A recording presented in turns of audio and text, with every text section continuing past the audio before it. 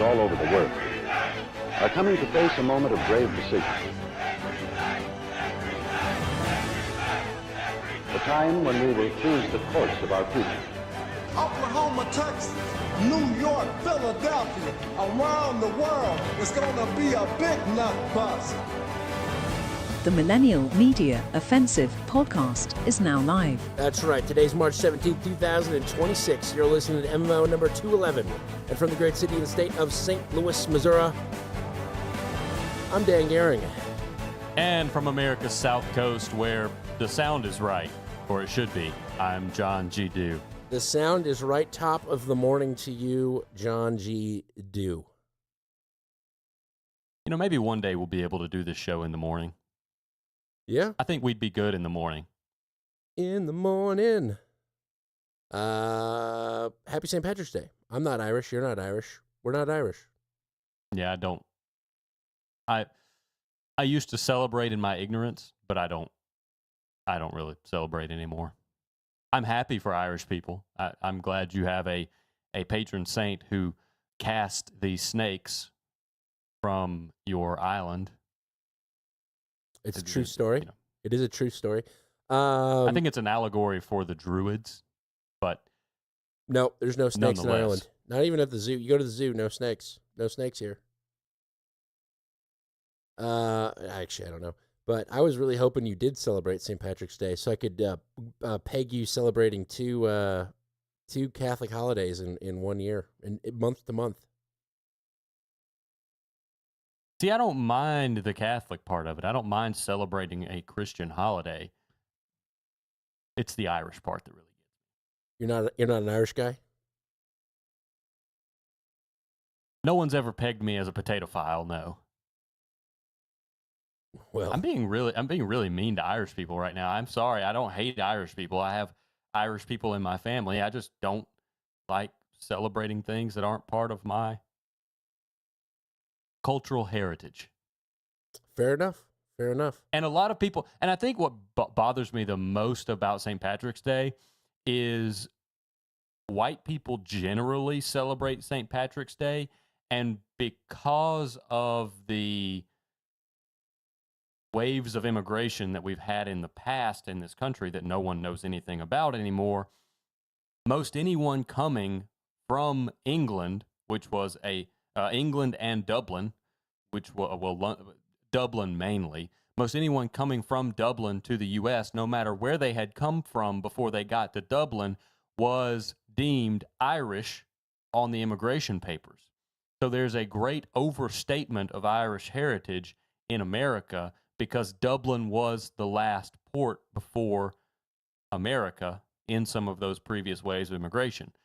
So you have the great greenflation. You have a greenflation in America of people who think they're Irish, but they're not. They're not Irish, and they've forgotten what they are actually. I mean, look at me, curious about this. Look at the population of Ireland when immigration was peaking to America, and then look at the population in America that claims Irish heritage today, and try to make those numbers make sense. Well, have you ever seen rabbits? If you go to Wisconsin, there's a lot of rabbits, and you go, the population of rabbits here doesn't make sense until you see how rabbits copulate. And maybe the Irish are just like rabbits in copulation, copulation. Copulation or copulation? Cop. Copulation. We've been over this before, haven't we? I don't. I mean, think we've talked about we must copulation. have because you've got twins, but that's right. See, maybe those are Irish twins. Who knows? I mean, there is something to the. Well, maybe I don't know. I'm just saying that. I was going to say there's something to the Irish twins. I think Irish twins term. is actually a term, isn't it? It is. Yeah, it's children basically less than 2 years apart from one another. 1 year, yeah. So yes. So basically, yes, as that is what's less than 2. One is out, one is born. Yes. Yep. Or one is conceived, I should say. Yes, conceived. Yeah. Yes. I took health class. Uh-huh.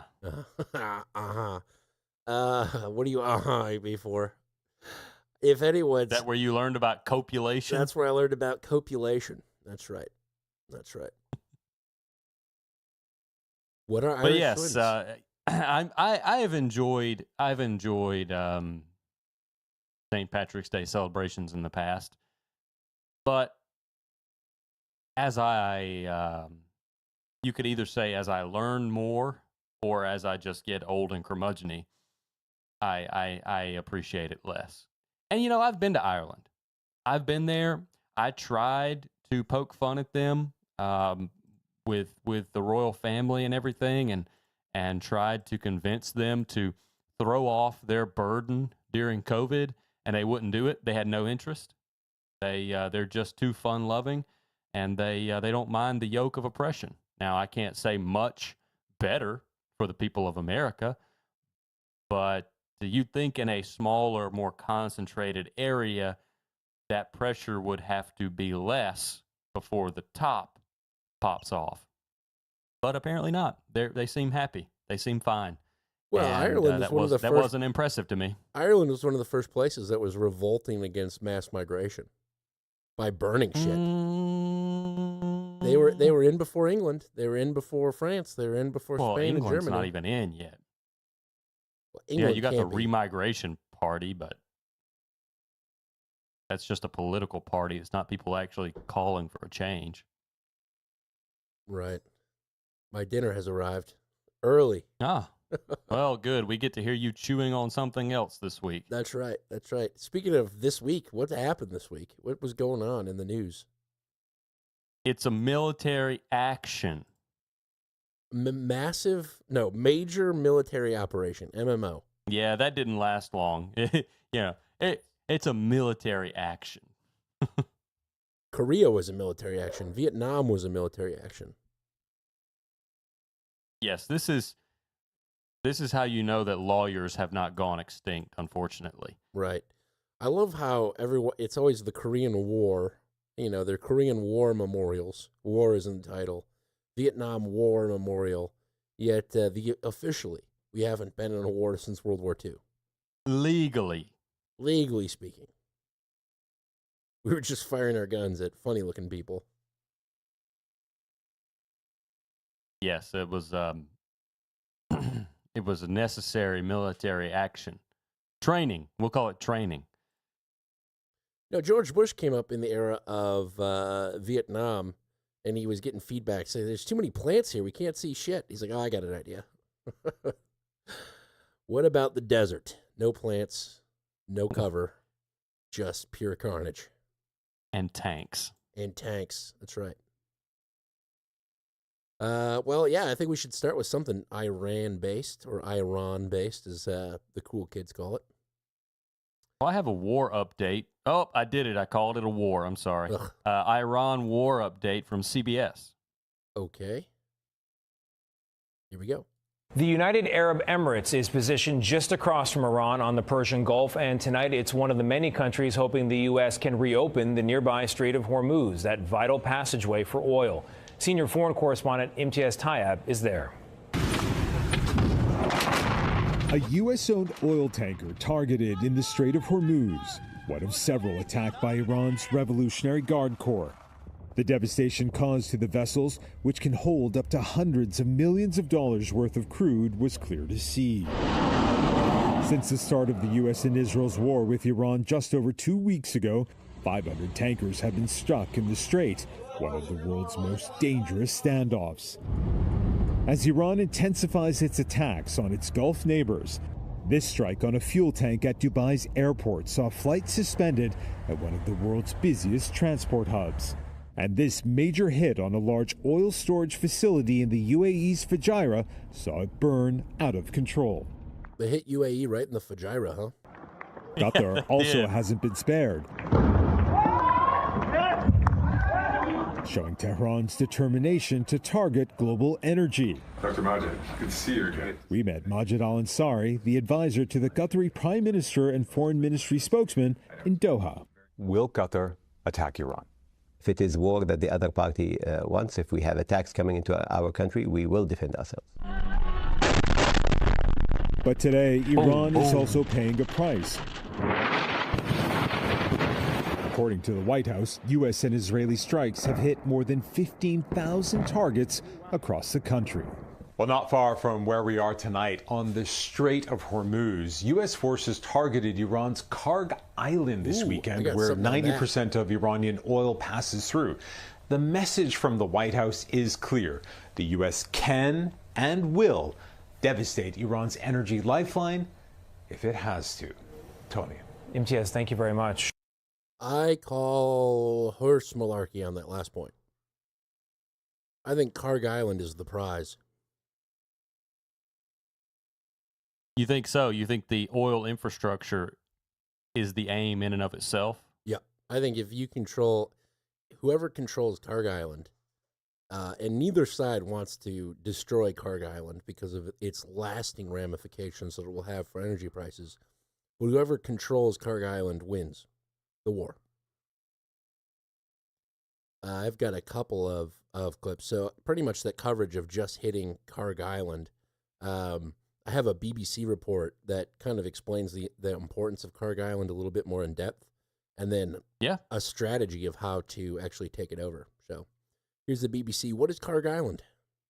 Now, you may have heard of a very small rocky outcrop island about 15 nautical miles off the coast of Iran called Karg Island. I've never heard of that. What is its significance, and why are the US making plans to potentially try and seize it? Hi, my name's Mikey Kay from the BBC's Security Brief. Hi, Mike. Also Hey, Mike. a former strategic military planner in the British military. So why is Karg Island so strategically important to the US? And why are the US trying to seize it? Well, this is why. 90% of Iran's export crude oil comes through that island. 90%. And the reason for that is it's effectively a terminal. And the terminal allows very large tankers that can carry up to 85 million gallons of oil to be able to come up to the terminal quite easily and then come back down the Persian Gulf and out of the Straits of Hormuz out to China. China is the main user of Iranian oil. So why else is it important? It's also the economic lifeline to the Islamic Revolutionary Guard Corps, or the IRGC. And if you take that island and you hold it, then you're effectively cutting off their lifeline, their ability to be able to conduct war. And I largely agree with that. I've heard from quite a few people, Tom Luongo being one of them. I like Tom Luongo's theories on things a lot. Although lately, he's really become a, thousands of sealed indictments kind of guy. Patriots in control. Yeah, really disappointing. Trust me, everything's part of the plan. Trust the plan. This is an interesting phenomena that's developing. Yeah. Because you have to make a decision in the face of what you're seeing with your eyes. And even though that's disputed, as we'll talk about later, the distinction you have to make if you're actually watching this is there's a plan in place and it's being executed, or we've bitten off more than we can chew and we're trying to manage. That's the distinction you have to make. And there are always going to be people, and Tom Luongo is one of them, who hang on to the buggy. I trust the driver. I'm throwing my lot in with Trump. And the further it seems we go down this road that he's driving on, the more people are saying, I can't take this. We had a resignation today. I don't know if you have a clip about the resignation. I do. But I think that's indicative of the multitude of people that are saying, I just don't see the plan. I don't see the vision. And we've always criticized this administration for not having a unified vision for what they're doing to sell to the American people. Well, It's always been a shortcoming. They may have a vision, but that's not being communicated in any way, shape, or form. No, it's not. Subtly, not covertly, not overtly, just nothing. And it leaves people like us, like Tom Luongo, to try to see if there is a plan, devise what's going on there. It gets more difficult. Like you said, it's by the day, it is more difficult to say, is this really what it seems, or is there a grand strategy? Is it the 4D chess that are being played? Right. So this guy actually goes into depth as to how, and I think this is interesting because there's other sources too that are military people, including Cappy Army and this BBC report, and also a gentleman that was on Tom Luongo's show that talk about the importance of Karg Island. On Karg Island. I have a question for you, and maybe this is answered in the clips, and if it is, that's fine. You can just say so. How does seizing Iran's oil export point, basically the export port, the last stop before global markets, how does that disable their ability to fight? They're not they are exporting oil and being paid for it. But if we stop their ability to export oil, we may shut off their cash flow, but it's not going to shut off their materials that they need to fight. I don't quite follow this logic that taking Karg Island is going to end the war. So they still are getting some oil out. I think there was something like 100 million or 33 million, 33 million things of oil, barrels of oil that they've been able to sell since the war has started through the Strait of Hormuz, actually. So if we are able to control Karg Island, none of that happens. There is no more in and out of the oil, so there's the economic component. But then when it comes to being able to take it back, they can't use the methods that they're used to using, Iran being like carpet kind of bombing areas or sending drones in, because the infrastructure is so critical. So it then becomes a waiting game. So it's almost like what we're doing to Cuba right now, where we're starving it of oil. We starve Iran of any sort of economic activity whatsoever. Even if it is already kind of at a standstill, this completely cuts the head off the dragon. The only thing they have left is 50,000 Shahed drones. That's it. But what's being assumed is that they have to sell something to get financing. They could issue war bonds to China. And as long as China... You think China's going to cash them? China's going to supply the... I don't know. They might. And that's what's interesting. This week, there was supposed to be a summit between China, between Xi and Trump. And it's delayed. And they've delayed it.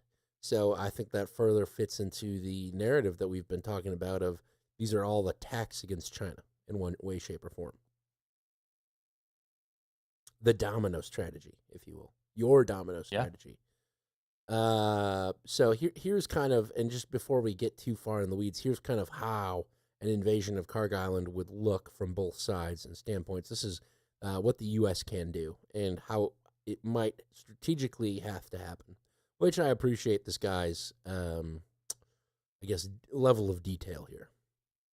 Now, there's been a lot of chatter, both in open source intelligence and online, about the Americans drawing up what's called a concept of operations, a CONOP. And a CONOP basically means different courses of action or different ways that the Americans could use their military capability to try and seize that island. So how does that work? Well, we all saw the 160th Night Stalkers in Venezuela. That wasn't just about a helicopter assault operation to pick up Maduro. There were a lot more capability and assets involved. You had suppression of enemy air defense. That's aircraft that effectively can look at the radars of anti-aircraft missiles, and basically as soon as the radar turns on, they can launch a missile off the rail to target that air defense system. You've then got intelligence, so Reapers, MQ-9 Reapers, drones effectively with really sharp electro-optic cameras and forward-looking infrared cameras that need to be able to sanitize the area. And then, of course, you have the helicopters themselves. The helicopters would need to be probably the MH-47 Chinook. That has the biggest range and also can carry the biggest troops. The troops involved would likely be Delta Force, which is the same unit that took part in the Maduro operation. And then you have the MH-60 Black Hawk helicopter. That's more about suppressing enemy fire. It's more about protecting the MH-47s as they take Delta Force and the Special Force operators in to seize the island. So how would that work? Well, it's 140 nautical miles from Karg Island to the coast of Kuwait. And helicopters generally travel at about 120 knots, which is 2 miles a minute. That makes it a 70-minute transit from the coast of Kuwait to Karg Island. However, when the aircraft get there, it's not like they're dropping off and then they're returning straight away. they would have to drop off, and then the MH-60s would likely go into what's called racetracks and orbits. Now, they would be there to lay down suppression of enemy fire in case there was Iranian Guard Corps on the island that were looking to defend it. So all in all, with a 70 nautical mile transit to Karg Island and a certain amount of loiter time, let's call it 40 minutes, and a 70 nautical mile transit back, that's 3 hours in the air. So we're now looking at refuel options. While there is an airbase, or certainly a runway on the island, there would be fuel at that airbase. But if I'm IRGC and I know the Americans were coming, I would probably contaminate that fuel. So as a US operational commander, I wouldn't trust it. But there is another option. Both these helicopters, the MH-47 and the MH-60, they have the ability to air-to-air refuel. What do the Iranians have that could potentially defend that island? Well, conventionally, they've got ballistic missiles and they've got anti-shipping missiles. But the problem with ballistic missiles is that you don't want to cause collateral damage to the oil export infrastructure on Karg Island. So that's kind of the U.S. ability. And then he goes in the next clip on Iran's ability. But what's interesting here is, because you brought up China and China, issuing war bonds and China cashing them to supply stuff. Part of Luongo's theory is that Russia and China are bought in on this. They're in support of the actions that are happening in Iran. And make no mistake, China's calculus won't only be, will Iran win and pay us back? China's calculus probably assumes Iran loses, but the benefit is dragging this out for the U.S. Yeah, using our missile stockpiles, draining us to zero effectively, making sure that we have to drain our strategic oil reserve as well. And don't forget the willingness to fight. If you completely deplete the American people's willingness to fight, you walk into Taiwan, and that's a no-brainer. That's, the mainstream media is doing a great job of that.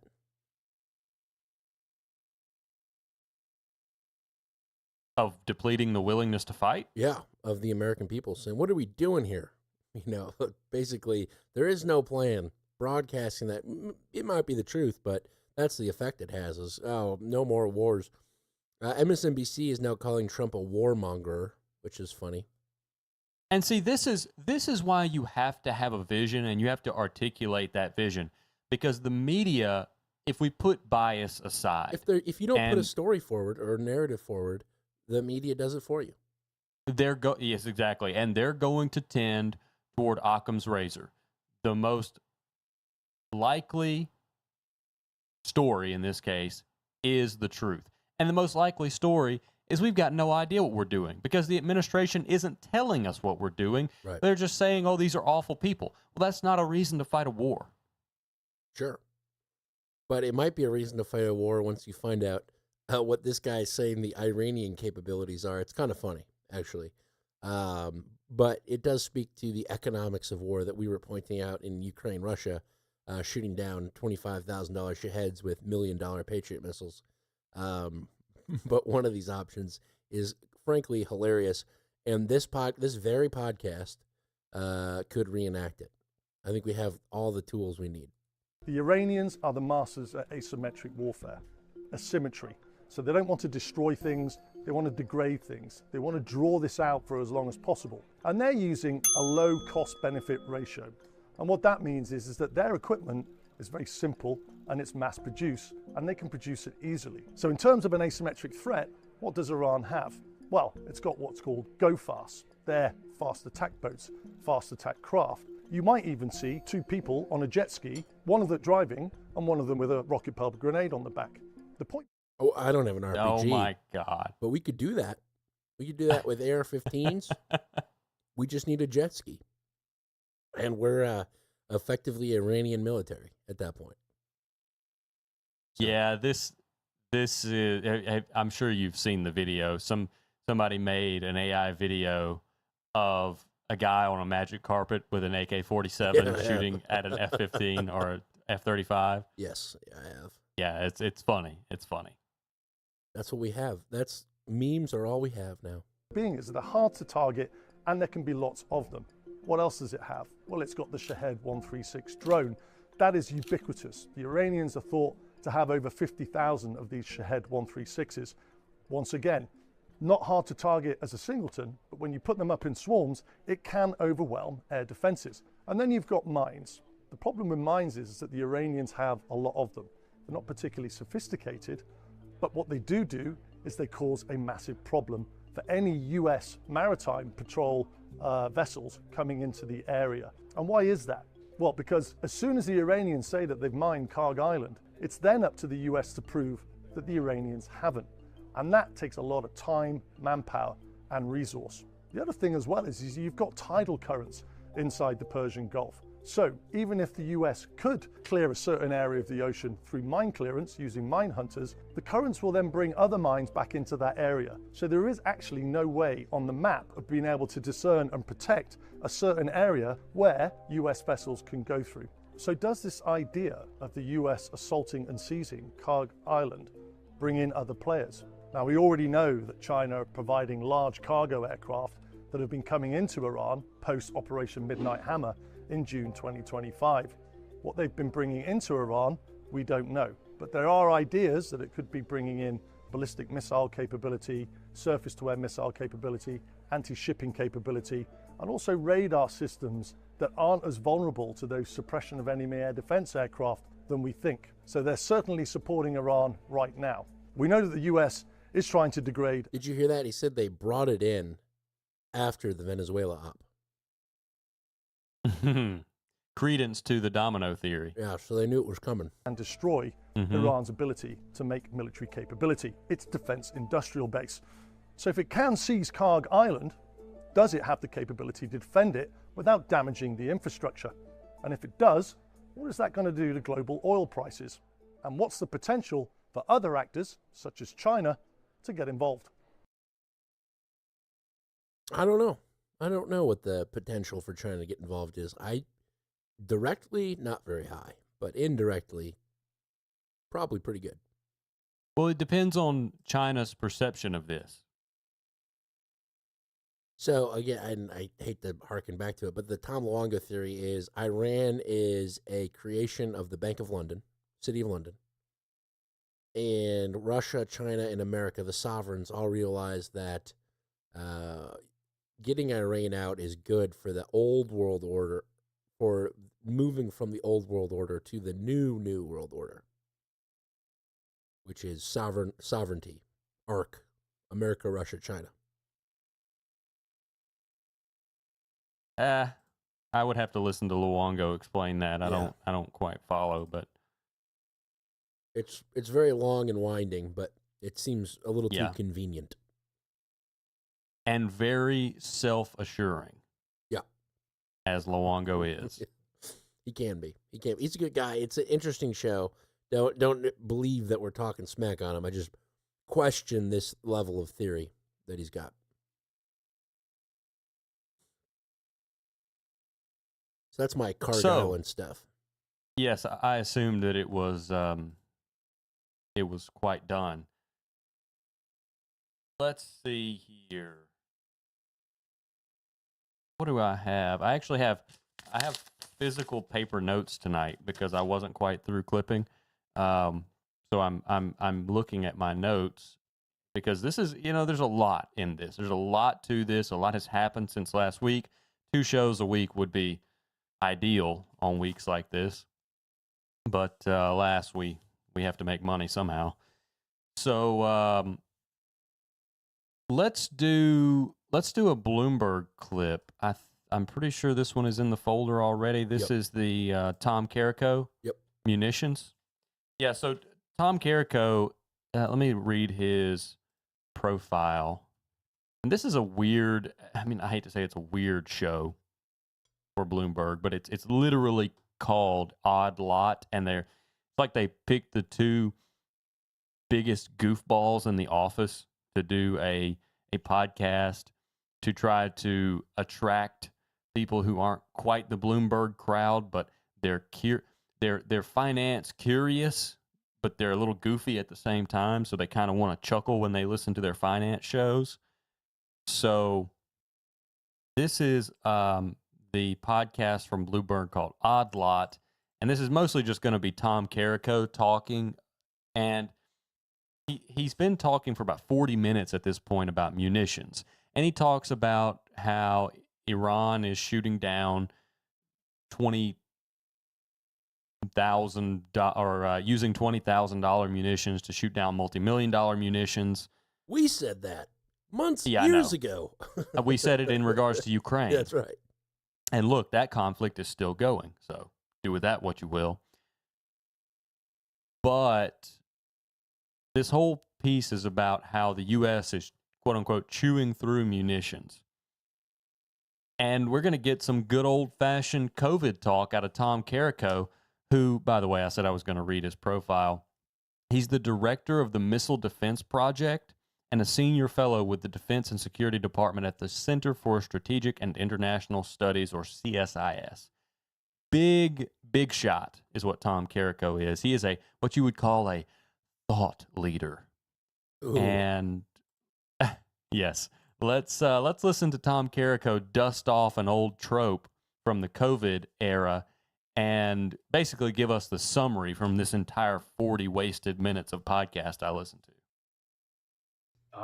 Everybody, myself, other folks were getting nervous when day by day would go on and the Iranians kept launching. So the good news is that the curve is flattening. There it is. COVID years. Got to flatten the curve of the rate of fire. And so you take a look at the press conferences. That's a very good development, that they've gone from hundreds a day to smaller numbers, and that has permitted, above all, that reflects that we are somehow doing something, hitting the launchers, hitting the missiles, hitting the command and control, or at least the commanders, perhaps decentralized commanders. That is a good sign. And add to that we've now gotten, this is the two most important words from one of the recent press releases from Chairman General Kane, is he said the words munitions transition, which is to say, we don't have to keep using 1,000-kilometer range tomahawks because the Iranians don't have air defenses anymore. We can use gravity bombs, of which they are plentiful. Still have to fly them back and forth, and that's not cheap. But you can fly back your JDAMs, your small diameter bombs. And there was a press release, I think, over the weekend that we were transferring a bunch of munitions to Israel. And when you look at it, and you look at what's in that list, it was gravity bombs. And the reason that we've gotten there is we no longer have to do the standoff stuff. That's good. We can now do the stand-in, flying over top and dropping these things. But to your point, it's still hard to do all that from the air. And there is going to be that uncertainty, which is why, frankly, you're not going to have perfect military certainty from the air. To really end this, you're going to have, I would say, a political change. Tom Carrico, thank you so much for coming on Odd Lot. I learned a lot from this. Really appreciate you taking your time. What's wrong with that last guy? Okay, that is a condition called bruxism. Have you ever, and I'm glad you heard it. I didn't know how I was going to cold open into that guy's condition, but bruxism is it's basically a habitual. You're going to have Go ahead. It's a habitual grinding of the teeth and clenching of the jaw. So, like he's on a chronic roller coaster, or he really hasn't been eating enough greens in his diet. Constantly clenched. Well, I mean, just listen back.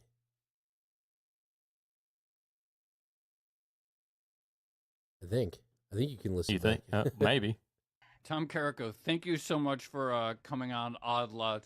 I learned a lot from this. Really appreciate you taking your time. Yeah, it sounds like his jaw is wired shut. You can really hear that he can't open his mouth. A lot. Yeah. Do you know what this is a major side effect of? Cocaine. Probably. There's something else, though. Legal. Adderall. Antidepressants. Oh, interesting. Hey, did I imagine, I brought this up, that people that take antidepressants find craft beer more appetizing because it suppresses your taste buds or something like that? Yes, you have mentioned it, I believe. It was a while back. Yeah. I heard that, and I thought it was interesting, and I brought it up. Kind of, a friend was kind of joking around, and I brought that up to kind of make fun of him because I figured he was on antidepressants, but he really likes craft beer. And then it was like, oh, that might actually be true. Yeah, I've heard that before. Effectively, the suppressors or the receptors, the serotonin receptors, are suppressed, and so you can't really taste as much on antidepressants, and so all of a sudden, really shitty tasting IPAs all of a sudden taste good. Yes, and at the same time, you can't open your mouth to drink them. Right, and you have to get those round glasses in turtle shell. Yes, you do.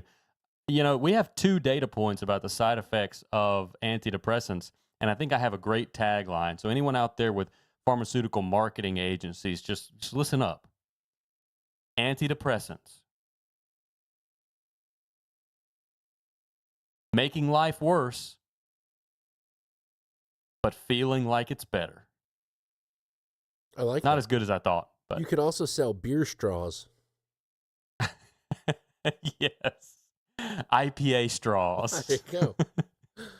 Oh. You know, this is really wasting both of our talents.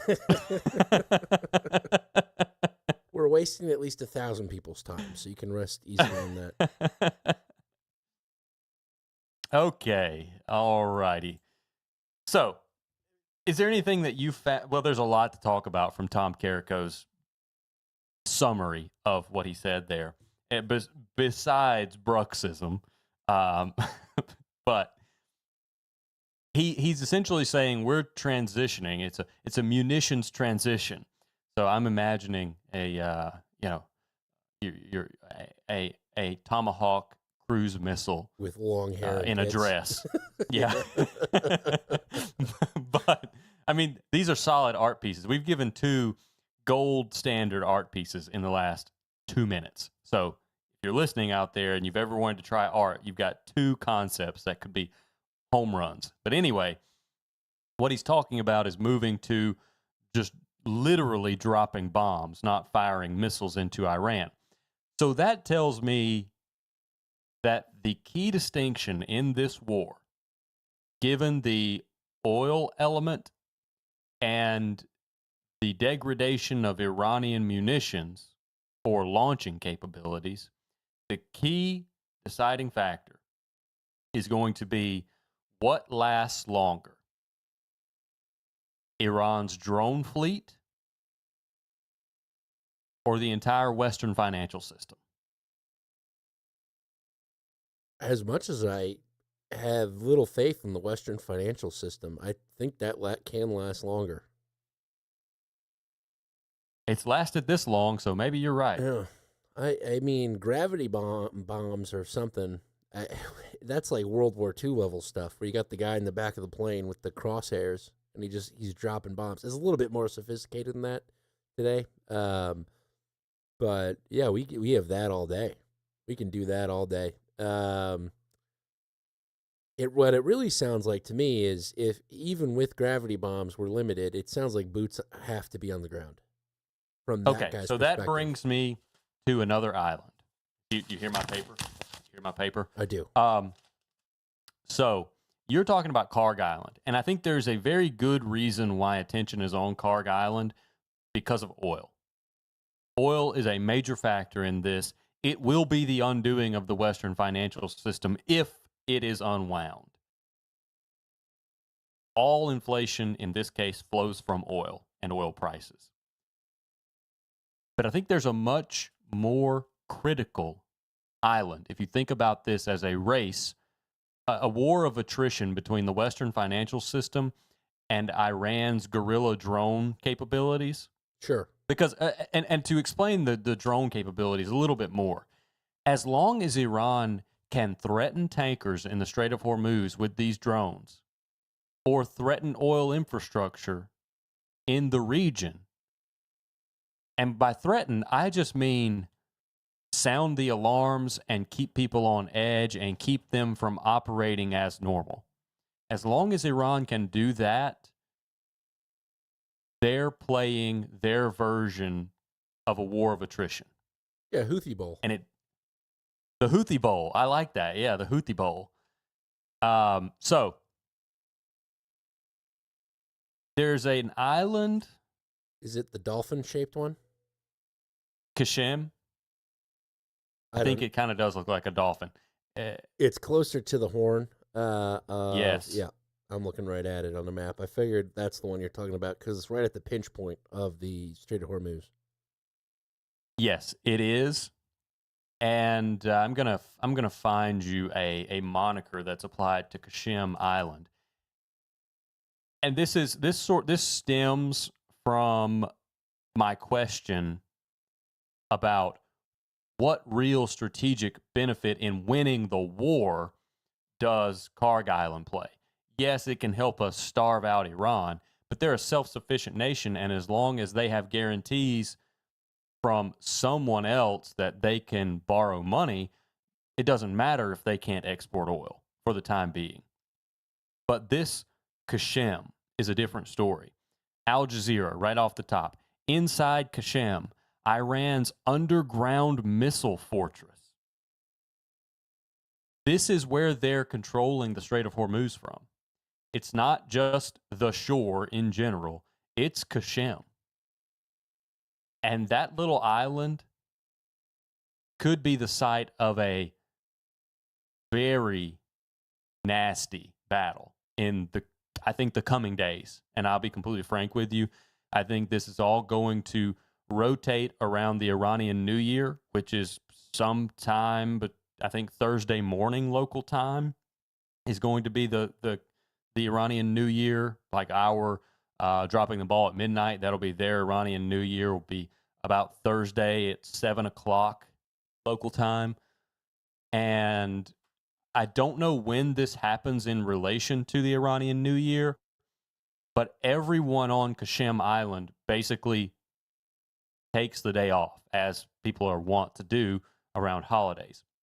And I think your operation that's going to involve special forces, hopefully from Israel. I hope we don't do this by ourselves, but there's a real chance that we do.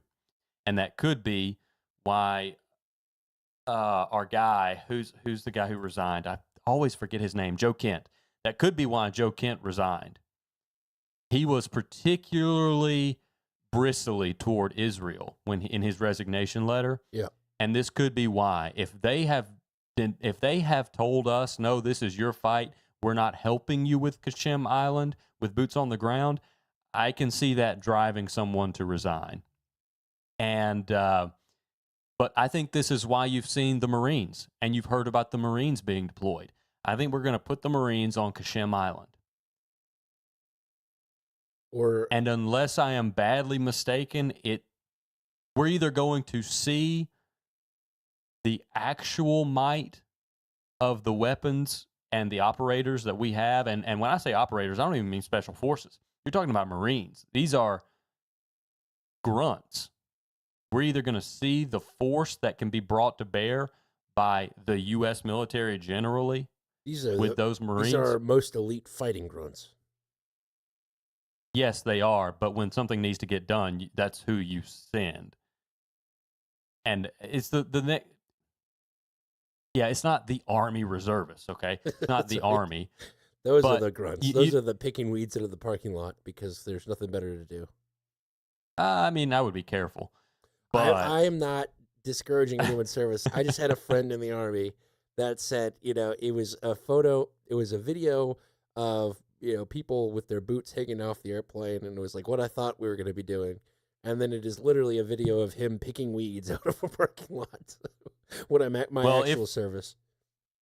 If this is what we're going to do, if we're going to wait until the Iranian New Year, when the traffic around Kashem Island is at a minimum, theoretically, and we're going to do an amphibious landing or an aerial landing of troops on Kashem Island, we're either going to see one of two things. We're going to see what the U.S. military is made of, and it's going to shock everyone, and Trump and Xi will meet soon after that, or it'll be the moment that the American people say, oh no, no more. this is too much.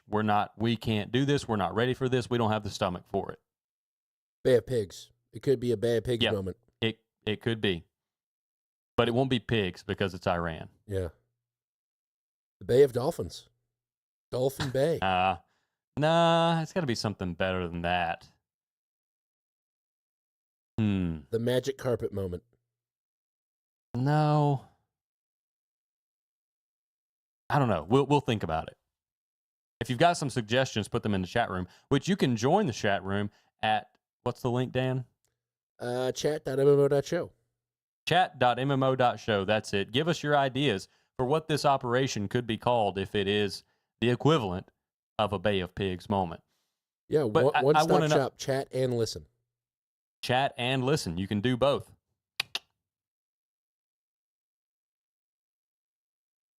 So that's where I've landed after consuming all of this godforsaken media coverage of what we're doing in Iran and all of the discourse, the elite intellectual discourse of how many fingers does Bibi Netanyahu have? Is he even alive? There was a crazy story this week. No one's seen I've got clips. I've got clips. You do? I've got clips. All right, we'll play them. That's what we do. That's what we do here. But that's a tease. Let's finish with Iran. We got to finish the job we started, Dan. Let's talk about oil and gas. Okay. Let's. I've got... this is also... So your clip, you have two clips in the clip folder named 21 and 30. 21 and 30? Yep. For what folder? The Iran folder.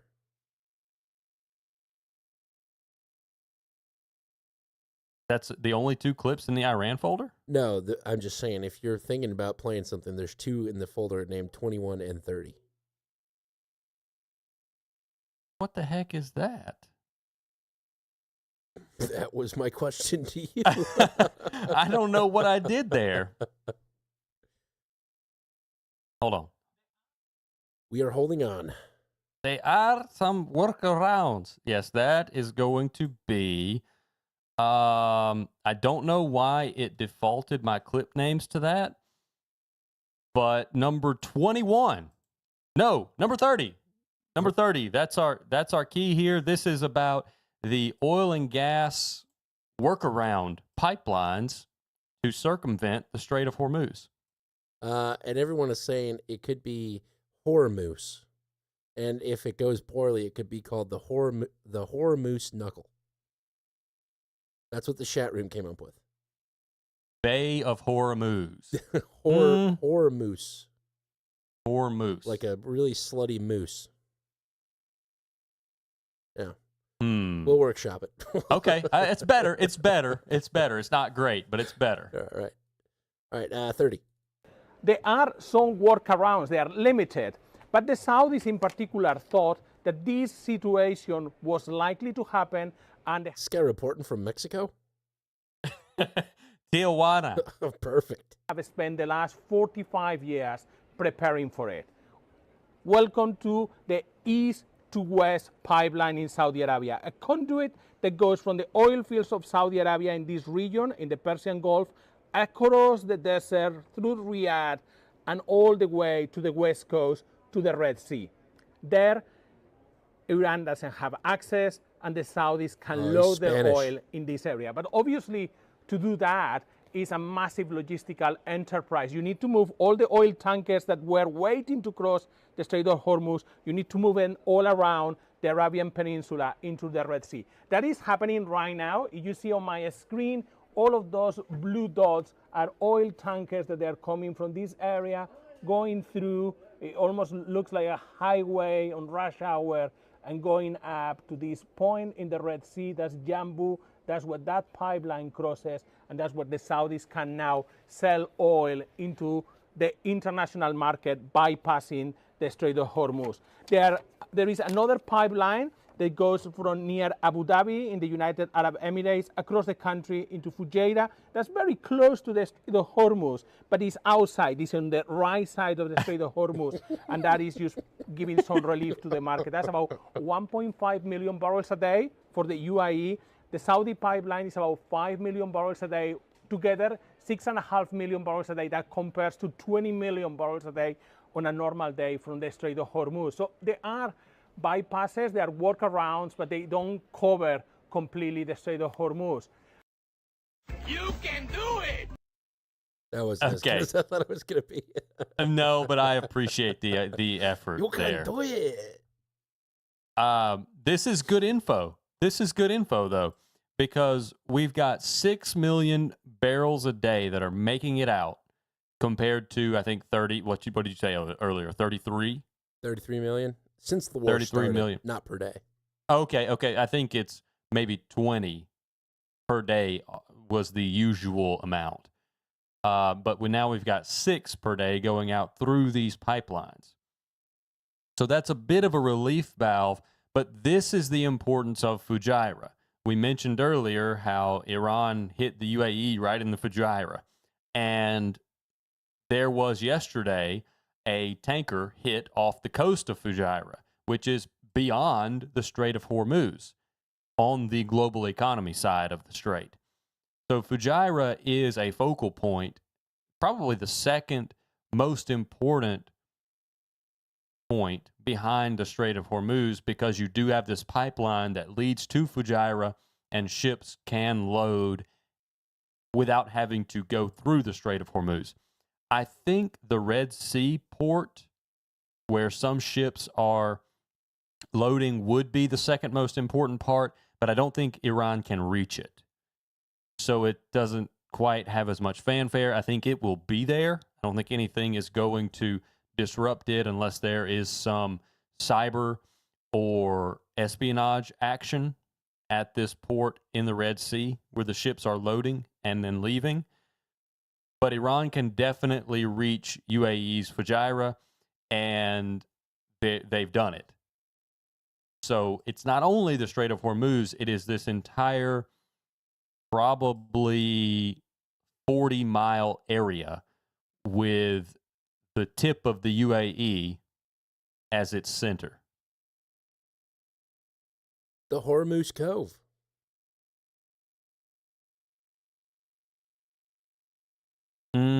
See, it's still not doing it for me.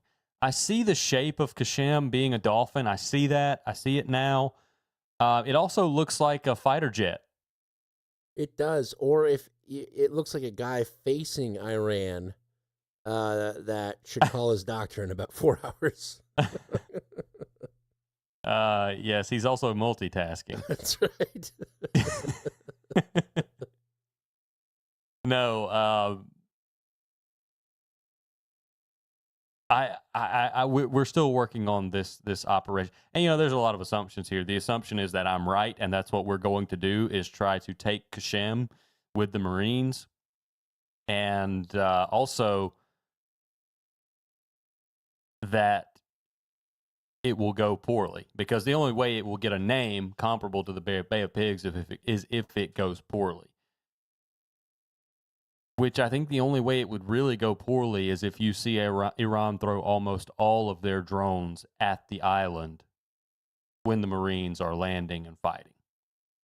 I don't necessarily think there's enough manpower on the island to fight the Marines, but if you swarm it with drones, it could turn into a hellscape pretty quickly. Now, are these drones controlled, or are they pre-programmed for destination? I don't know. I don't know if I know that either, because usually you see them, in the standard propaganda video of the, what are the names of them? Hashed drones. They're usually Shahed. Shahed. They're usually in an array of like 4 on a platform, and they can be outfitted inside of the back of a Toyota Hilux. Instead of a machine gun, you have the drones. So I don't know. Okay, they have programmed routes, satellite navigation. To follow programmed routes. I'm sure it is not difficult though to control them if you want to. Yeah, and Iran has been publishing videos of FPV drone attacks now. There you go. I don't know if you've seen those. No, but if you start trying to attack U.S. Marines on Qasem Island, you're going to see a lot of FPV videos coming out. And I don't know if the American media will touch that with a 40-foot pole with Donald Trump as president.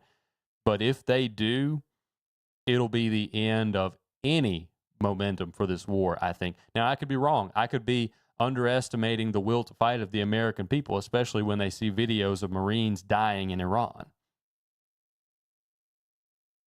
And I hope that doesn't happen.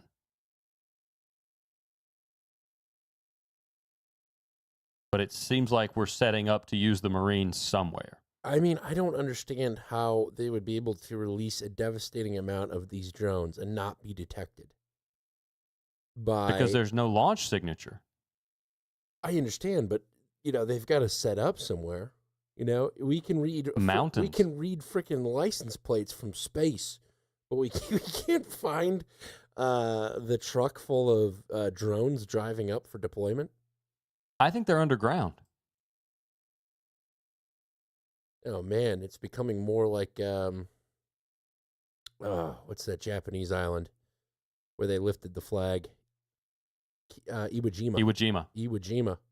Vietnam and Iwo Jima underground launching. That's terrifying. Yeah. The good thing is that we don't have to wait long to hopefully see that I'm wrong about this. Because I think if you're going to do it, it's going to be around the Iranian New Year. Even Bibi put out a video today, 2 videos wishing the Iranian people a happy New Year, doing that kind of thing. And the second one was from a command center. He was with the heads of his military in a command center wishing the Iranians a happy New Year and says, "We'll be watching from above." I don't think he'd be that on the nose about it. If it was going to be that specific day. Everyone's asking, was it the real BB? Okay, well, we're close to getting to that, but one more data point before we do. Ooh, okay, you just got crispy. Put a little market down. John's going to go away. He's going to come back. All right. We're close to getting to that, but one more data point before we do. Planet Labs. Are you familiar with Planet Labs? Yes. No, I'm not. I don't know why I said yes. I'm not at all. Planet Labs is the satellite operator where a lot of detailed satellite imagery is created. They own the satellites or lease satellite space and own the cameras that provide satellite imagery for the U.S. military and also publicly for open source intelligence people for, really expensive subscriptions. So I have a clip about what Planet Labs has recently done. Okay. What if I tell you that right now you're not getting the whole picture when it comes to the US and Israeli war against Iran, and that information is being delayed specifically by about 2 weeks? You see, during times of conflict, satellite pictures become a critical verification tool for informing both the public and the military. But Planet Labs PBC, one of the world's leading satellite imagery companies, has decided to hit pause on the Middle East. It's moved from a 4-day delay on publishing pictures of Iran and its neighbors to a 2-week delay. Usually, it provides these images in almost real time. As a result, its clients, including media organizations, NGOs, think tanks, and researchers, are effectively being left in the dark.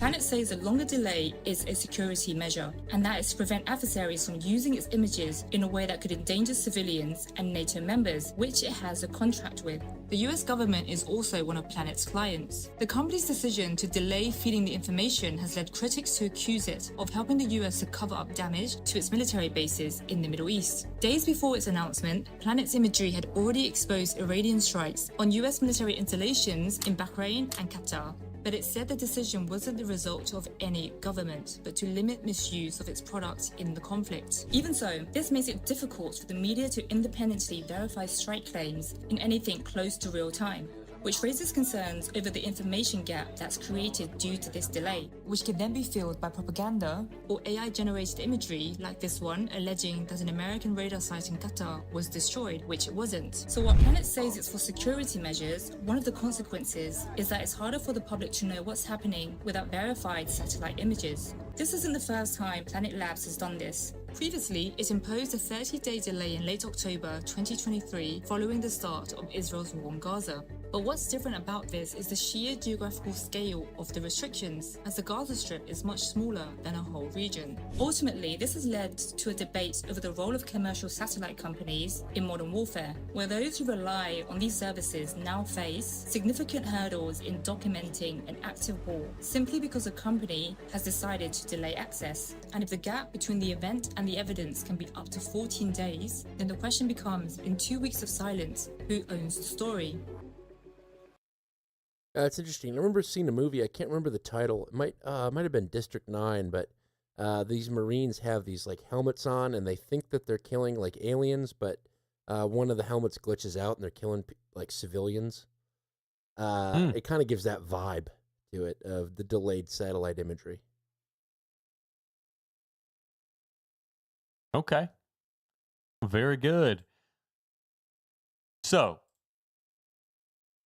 you have a delay in satellite imagery for open source intelligence, which could be very useful when there are troops on the ground. Israel put troops on the ground in Gaza, and that is what I have to assume that is why the open source satellite images were delayed 30 days, because they didn't want Hamas to be able to subscribe, look at these images, and say, well, here are the Israeli troops. Let's throw some rockets that way. So this, I think, considering this an attempt to cover up damage to American bases is a little short-sighted.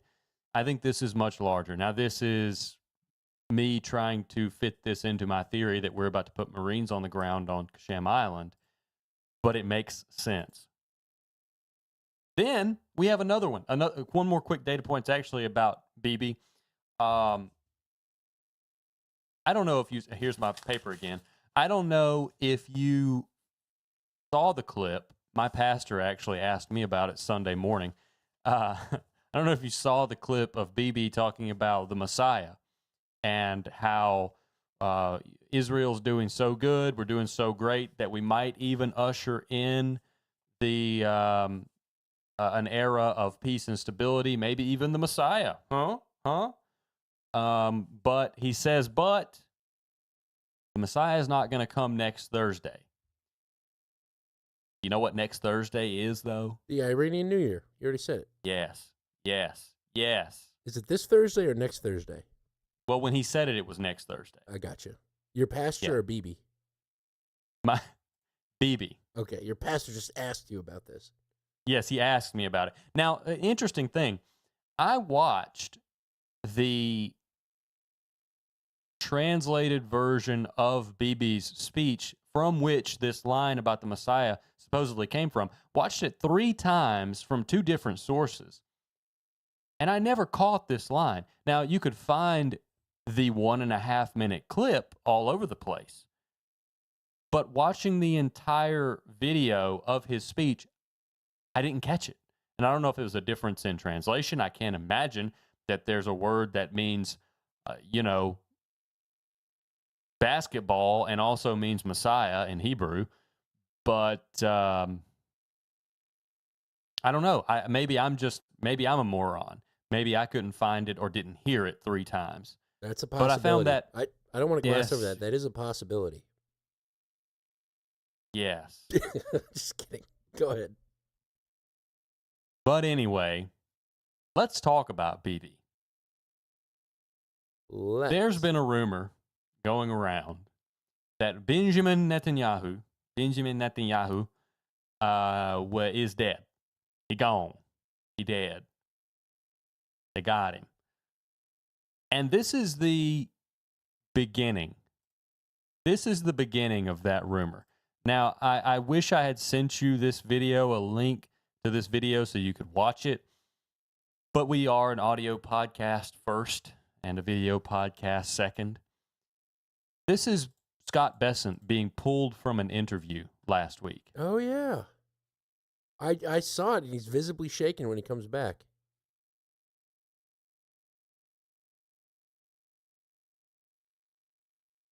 Are you going to play it?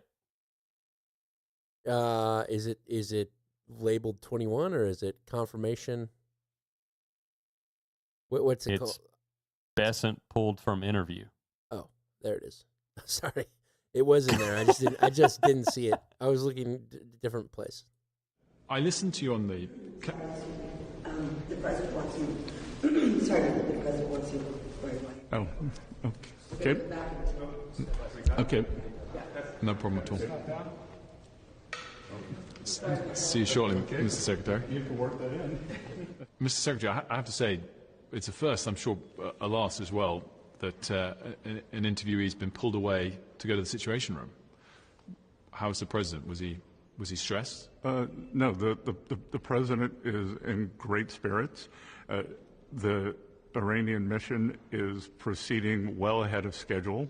And I have to tell you, Wolf, that I've a teenager who's considering military service, and I could give this team my highest compliment, from President Trump to the head of the Joint Chiefs to the Secretary of War.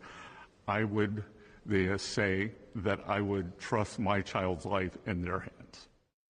I wouldn't. What an odd thing to say. It is a very odd thing to say, and yes, very shaken, apparently, when he comes back. I have seen that video. That was on March 13th. And since March 13th, boy howdy, has there been conspiracy theories. So, we're going to start with one of our favorite programs here from the BBC. Truth or fake? Is Bibi dead? Betika, in the last few days, there's been a flurry of viral rumors on various social media networks claiming that the Israeli Prime Minister is dead. Talk us through what people have been saying.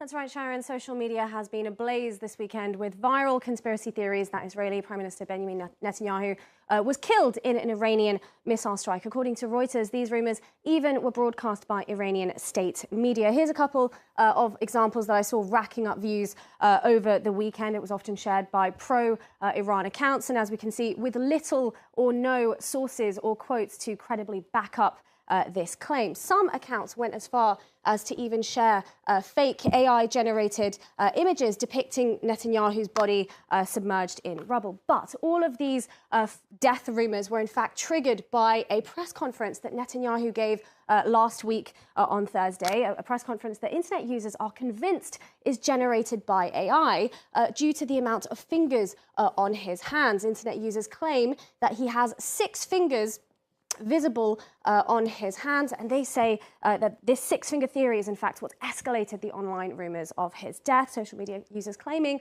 that the 6 fingers show that in fact he is not with us anymore, and that Israel is using AI to generate these press conferences. We know, of course, that AI does struggle to generate hands, and sometimes that is a telltale sign of AI usage. However, I will say that this is a false claim. I would say that it's an unfortunate screenshot used there that's going viral. Now, this is the screenshot that is being used and shared on social media depicting Netanyahu's 6th finger. These are unfortunate screenshots. What is that? An unfortunate. Is that your evidence that there's not 6 fingers? They're unfortunate screenshots, John. Yes, that is most pictures of me. Unfortunate word choice. That was all of Joe Biden's speeches. I heard that, and I was like, wait, aren't you supposed to be debunking this? Aren't you a debunker? I mean, yes, they work with what they're given. It's the same thing like, well, Trudeau can't be Castro's son. They weren't even 25 miles away from Cuba when he was conceived. Just like crazy stuff. Crazy stuff. Yeah, we'll continue. Back it up a few seconds and then continue. We'll do.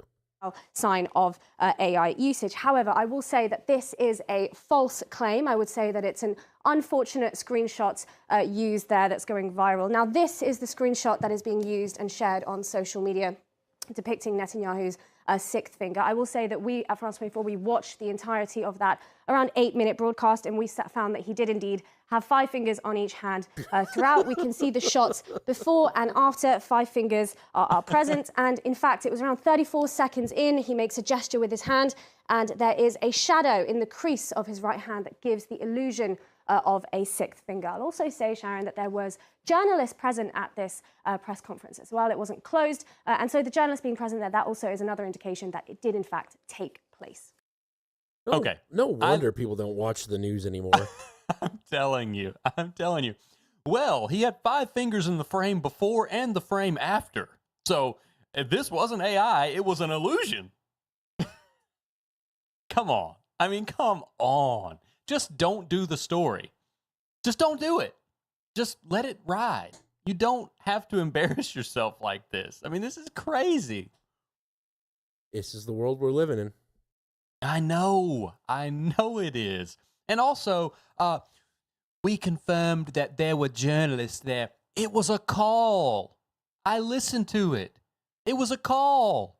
There was no one there. The people asking questions were on phones. Zoom at best.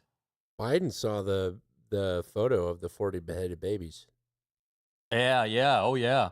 And then, we had, I don't know if we talked about this last week, but Trump was using that.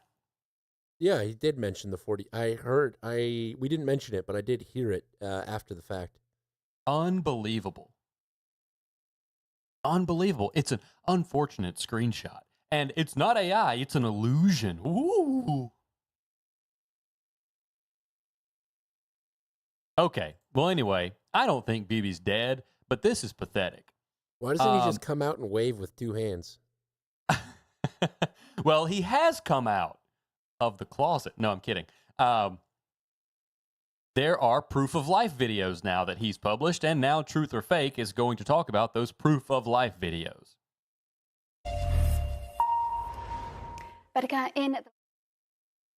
Yeah, wrong. And Vedika, Benjamin Netanyahu has himself responded to these rumours.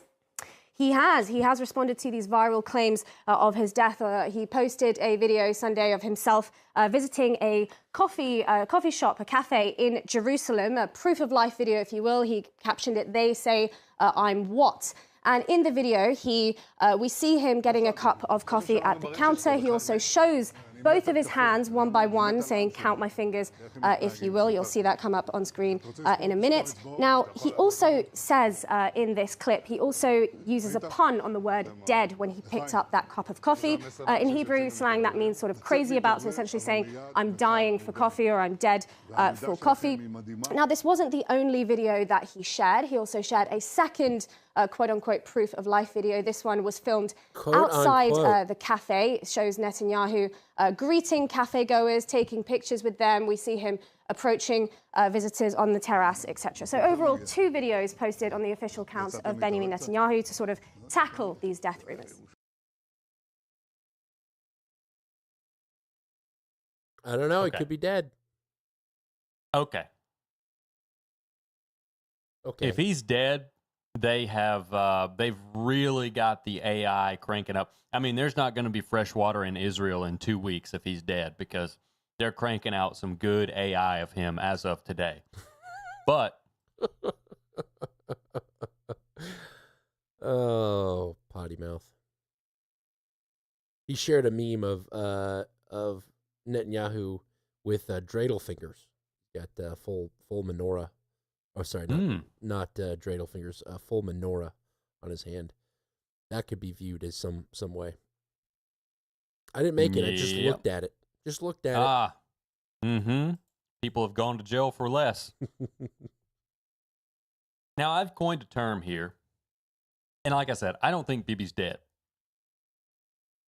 But I do think people are right to be skeptical.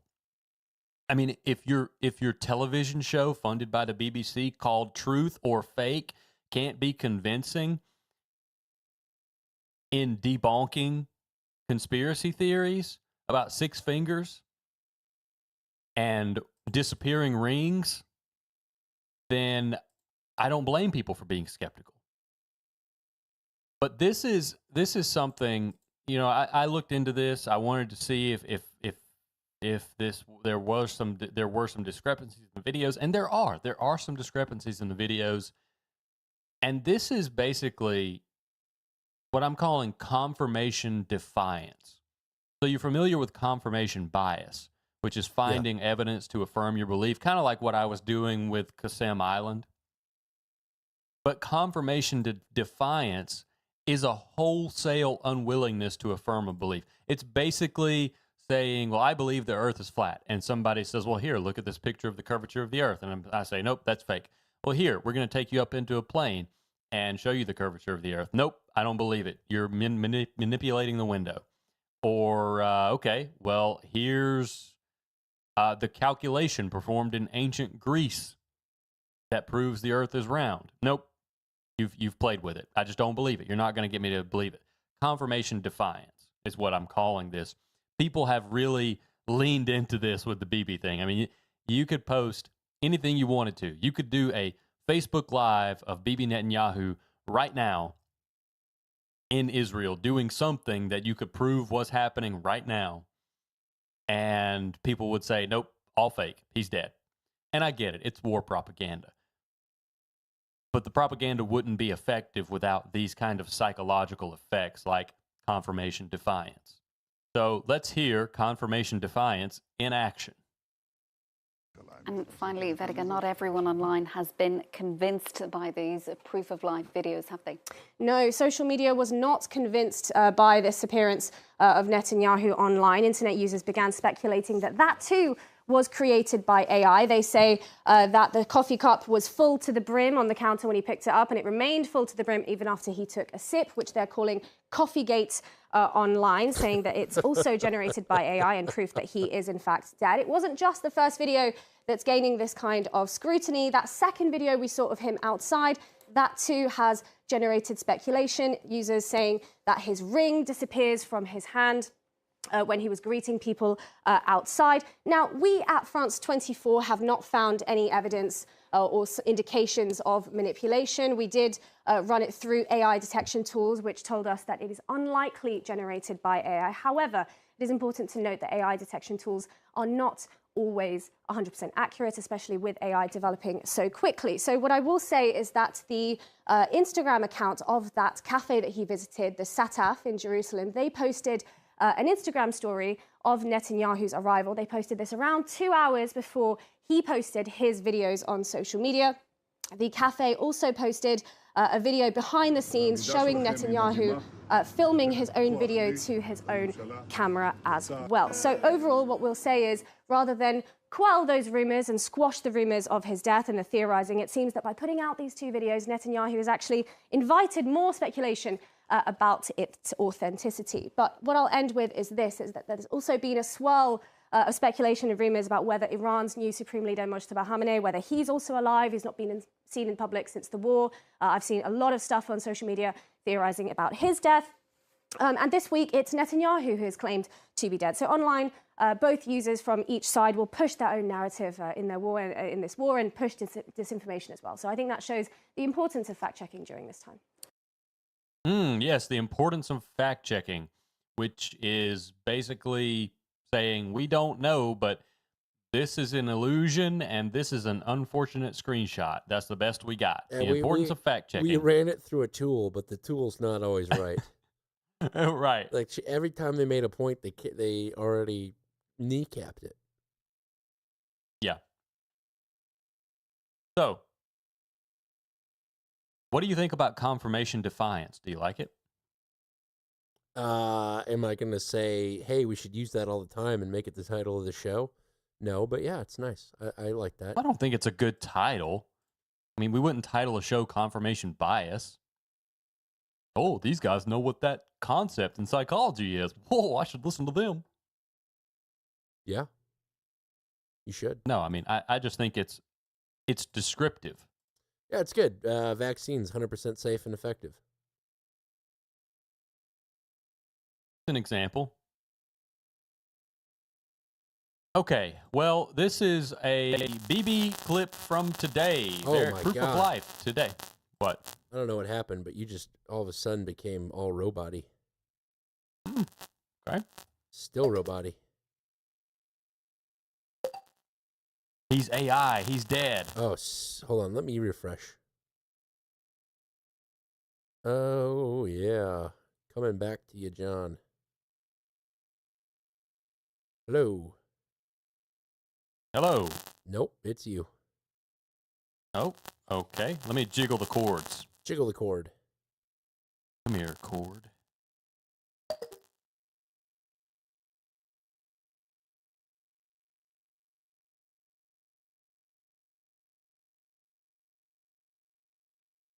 John has gone away.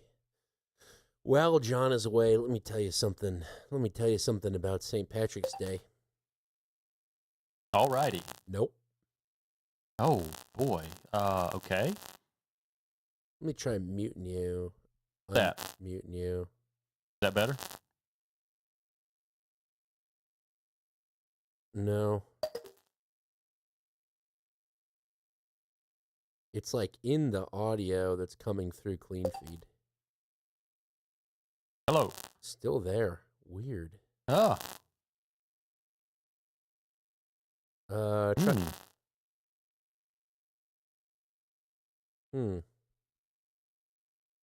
Well, I can do a hard reset. You might need to. I'm going to play some other stuff to make sure that it is John and not my... Mr. Prime Minister, I wanted you to know the president asked me to come and make... Uh-oh, it's me. All right, I'm the one that's got to do a hard reset. Okay, let me save this as... Save to computer. Yeah, it does sound like a USB cable's going bad. I agree with you. It's the Motu, though. The Motu's got to be restarted. Okay, that project is saved. See you folks in a second. Actually, let me try to restart the Motu and see what happens.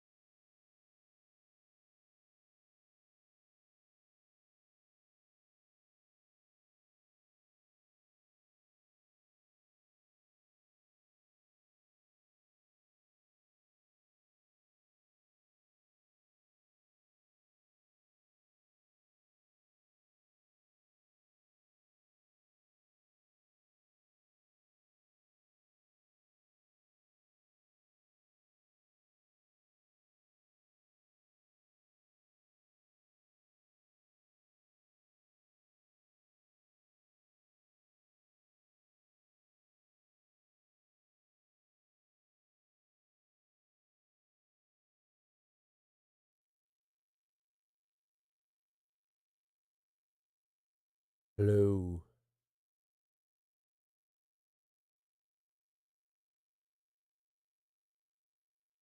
Hello. Hello, No Agenda Stream. You should be able to hear me. Motu reset. That's right.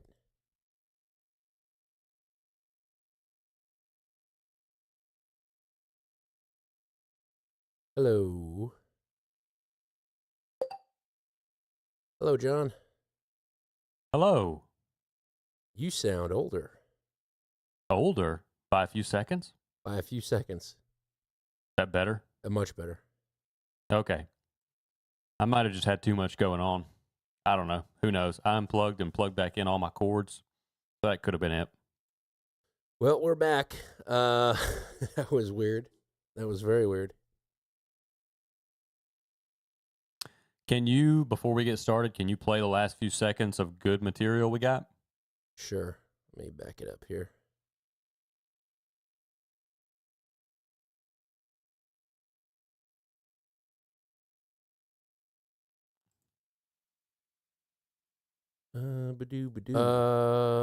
Back to you, John. Okay, well, this is a BB clip from today. Oh, my Proof God. of life today. Oh, that's bad. Yeah, wasn't that bad? Mm-hmm. Said that's right. When It sounds like cord static. Does, doesn't it? Hmm.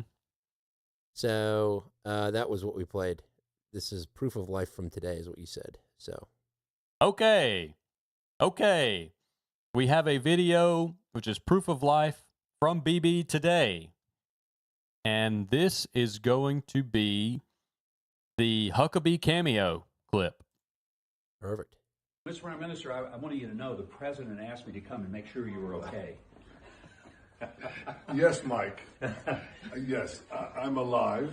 I checked that, and I'm happy to see that. But he wanted to make sure because, you guys get along What did too you well. take his pulse? We shake hands with 5 fingers in each hand, But I have to tell you, I'm alive, but I have this card.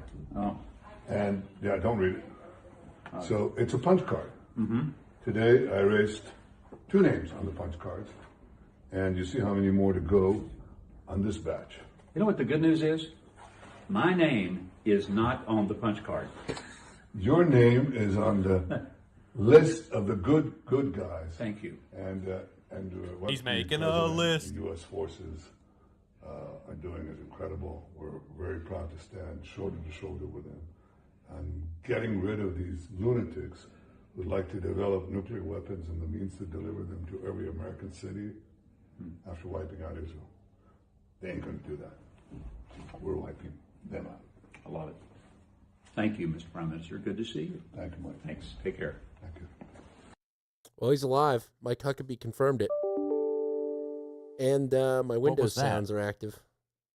Mm-hmm. He's making a list, checking it twice. Gonna find He says out. you gotta be. Oh, come on. What you got? All right, you go for it. Go for it. He says you gotta be kosher or die. I was gonna say that too.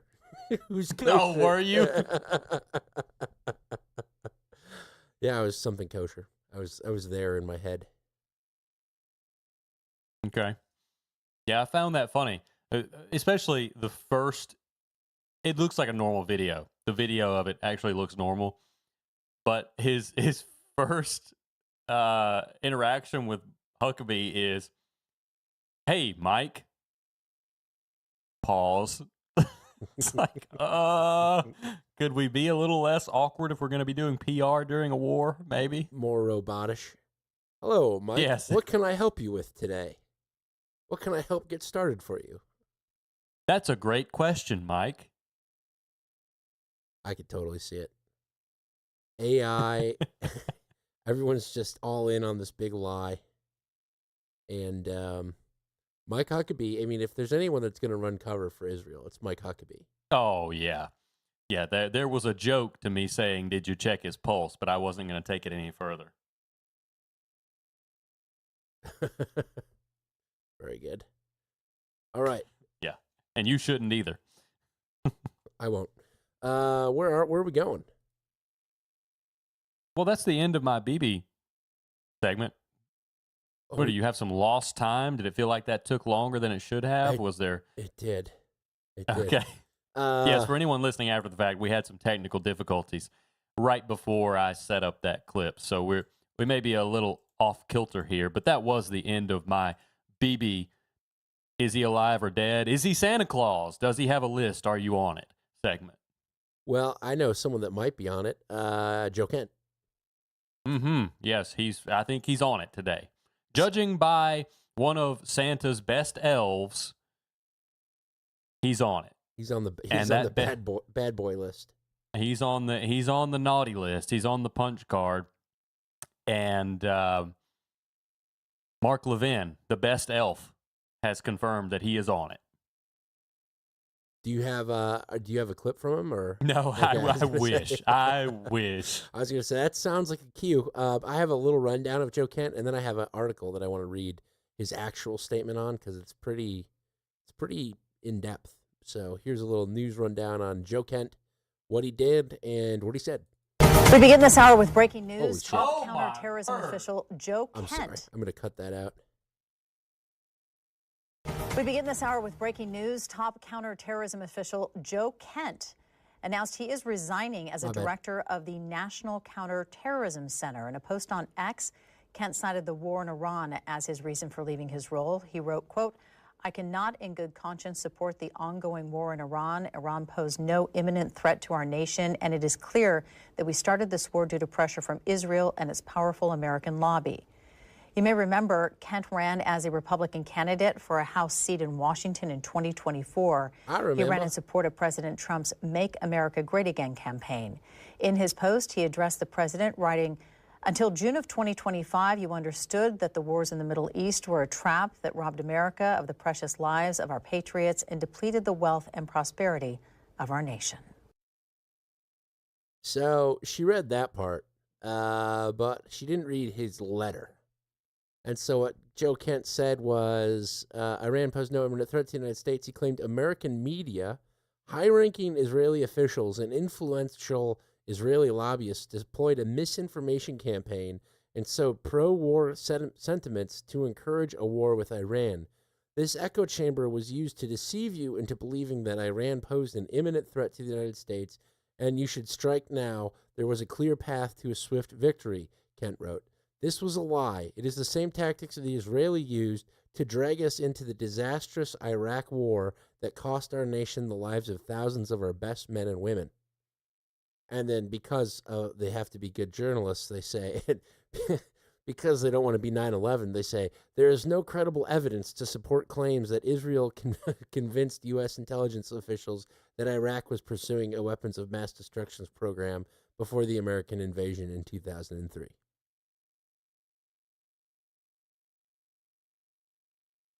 Scorched earth. Yeah, pretty much.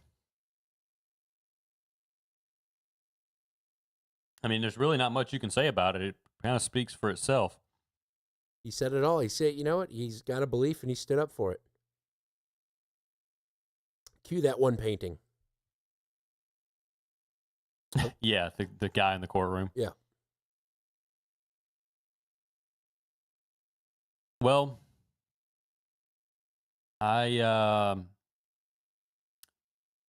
concerning. I'll classify that as concerning.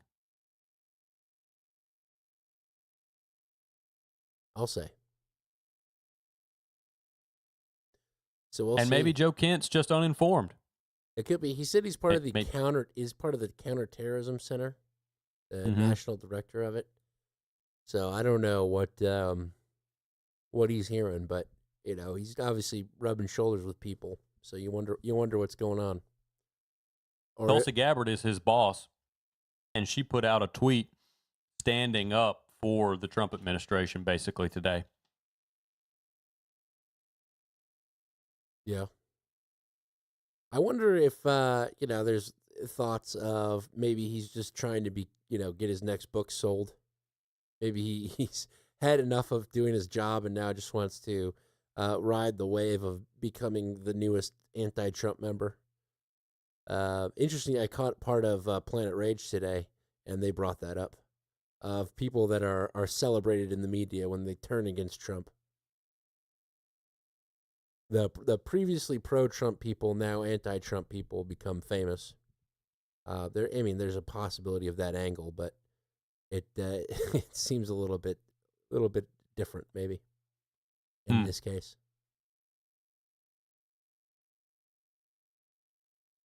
I don't know. I mean, it could be. I mean, it's an early start if that's the case. There's still 3 years left. You'd think you'd wait a little while longer. Get as much info as you can for your book. So I don't really put much credence into that. I think it's too early for that kind of a maneuver. But it's possible, I guess. Cotton Gin coins Tofino. Trump fan in name only. Tofino. I think most people would call him a pannikin. A pannikin. I like Tofino. It sounds like a fancy Italian drinking water. Hey, Tofino! Another glass of Tofino, please. I don't know what that was, but I don't think it was Italian. I don't do Italian accents very well. I'm all Jamaican. All Jamaican. Yeah, that one, I'd say it's pretty easy, but I can't do it. I don't think I've ever tried, though. Well, with that, why don't we talk a little bit more about this Iranian war, but a little more from the financial side of things. Okay. And unless you have anything after that, I hope we have some people to thank, and we should probably do that if we do. Okay. Can do. So I have a financial folder, and you may have to update it. I added some new clips while we were doing our first segment because I care. That's why I do it. That's why I did it. I care. I got 5 in there. And I got 5 in mine. Perfect. So, thinking about the financial aspects of this, let's start with CBS. Let's start with CBS. Actually, no. We're gonna go a little more linear. This is an Al Jazeera clip. Iran disrupts fertilizer supplies. Al Jazeera.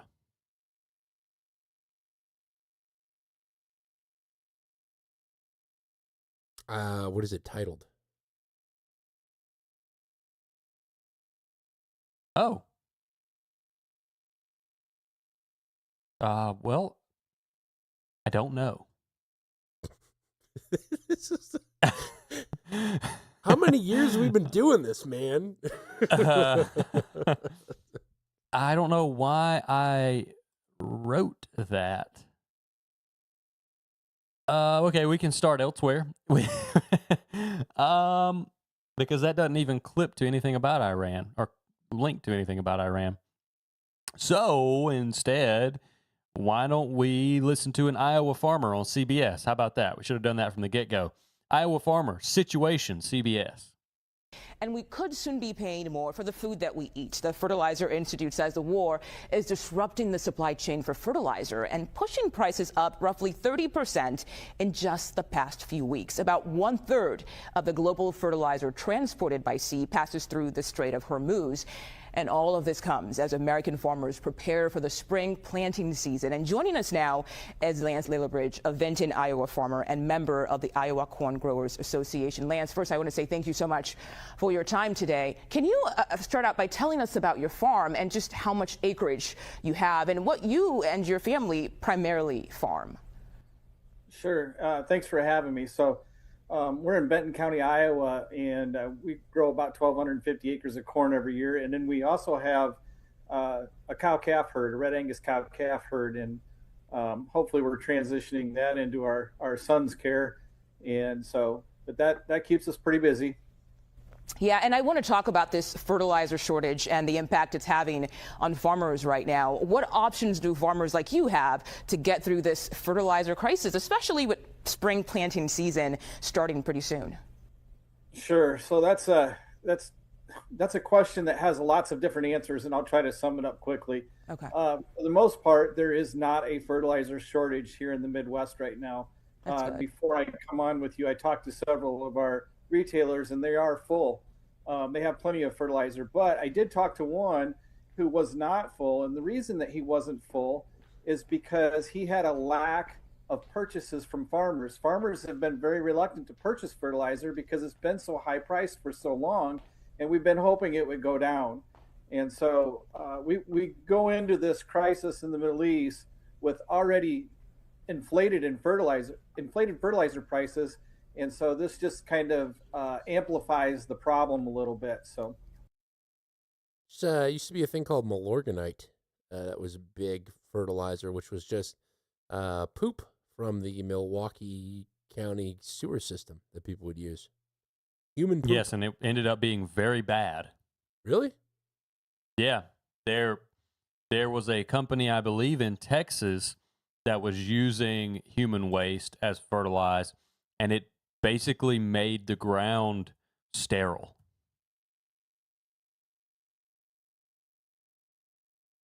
I don't know if it was Milorganite or not. I think that it was explains Texas. the crashing Dutch birth rate then. Texas Tribune. Texas farmers say sewage-based fertilizer tainted with forever chemicals poisoned their land and killed their livestock. Well, don't use that then. Yeah, don't do that. If you refresh that folder, by the way, while we listen to the next CBS clip, there will be an Iran clip. And guess what? What? It was in the Iran folder. Makes sense. Yeah, it does. Cross-pollination, sometimes it's good. Is that the one that's sometimes labeled it's just 20, confusing. Was that one labeled 21? No, it was actually labeled correctly. Okay. But this next CBS clip is, farmers are the worst at interviews. Because basically, she asked this guy how he's doing. We're doing fine. I'm transitioning my calf herd to my son. That's about it. Same old, same old. And then she asked, well, tell us about the fertilizer crisis. And he says, well, there's not really a fertilizer crisis right now. Everybody's stocked up, and farmers are ordering less. Oh, and that's about all. You mean they're the worst because they're not overly dramatic? Yes, that's what I'm saying. They're just realists. But now we got to try to reel him in. We got to try to get something out of him. So we're going to ask him, well, what could happen? Okay, so just to recap what you said, you're not having a shortage right now, but the price is really expensive. So can you give us the big picture here? How could all of this then affect food prices? Sure. So on my farm specifically, there's a certain type of fertilizer that we're not going to apply just because it's too expensive, and it's phosphorus. I think we can probably get away with that for a year, but if this goes on and we continue to not be able to afford this fertilizer, our yields are going to go down. And that eventually will catch up to the consumer and raise prices and be a problem. Yeah, well, let's hope for a change in the right direction here. Lance Leela-Bridge, thank you for your time today. We appreciate it. You bet. Little old supply-demand lesson right there. That's right. That's right. Now, let's learn a little bit more about where this fertilizer disruption is coming from with the long-rumored Iran disrupts fertilizer supply clip from Al Jazeera. Perfect. The Middle East is known for its vast oil and gas reserves. It's so now, vast. The abundance of natural gas has spurred another critical industry, one that makes raw materials for fertilizers. Now, several countries in the region export urea, the most widely used nitrogen fertilizer. Nearly half of global food production depends on it, and several crops would fail without it. Now, the region also makes ammonia and phosphate fertilizers. Now, Qatar is a leading urea exporter. Its state-owned company stopped the manufacture of ammonia and urea after it stopped production of liquefied natural gas, and that happened after Iranian drone strikes on some of its facilities. The Iranian blockade of the Strait of Hormuz is also a big problem, and it's impacting fertilizer supplies. Nearly a third of globally traded urea needs to pass through this critical waterway to reach suppliers. And it comes at a time when farmers across the world are sowing spring crops. So even a few weeks' delay has a critical impact. Now, India, the second largest fertilizer consumer, is impacted. It buys nearly 40% of its urea and phosphate-based fertilizers from the Middle East. The US, on the other hand, is a major fertilizer producer, and yet it needs to import volumes of ammonia and urea. And President Donald Trump's on and off tariff policy has not helped farmers here stock up. Africa, on the other hand, is already facing a severe food crisis with millions going hungry. Now, the war in the Middle East is likely to worsen this situation. Urea shot up nearly 20% right after the first strike on Iran. Now, the US and Israel's war on Iran and Tehran's retaliation has far greater consequences than what we are seeing play out at a fuel station near you. Longer the war continues, higher the food prices are likely to be. Yeah, I'd not heard of urea before, but I looked at it. I'm not a big fan of the color. Is it possible, like, you could dye this? You know, is dyed urea a product? Or diarrhea, you know? Is that something you could make? Yeah, that's too funny. Oh, come on, man. That's gold. If you hadn't gold. said it, if you hadn't said it out loud, you jumped the gun. No. I was gonna make a Pepto joke before you hit it on the nose. Well, I hit it in the brown star. All right.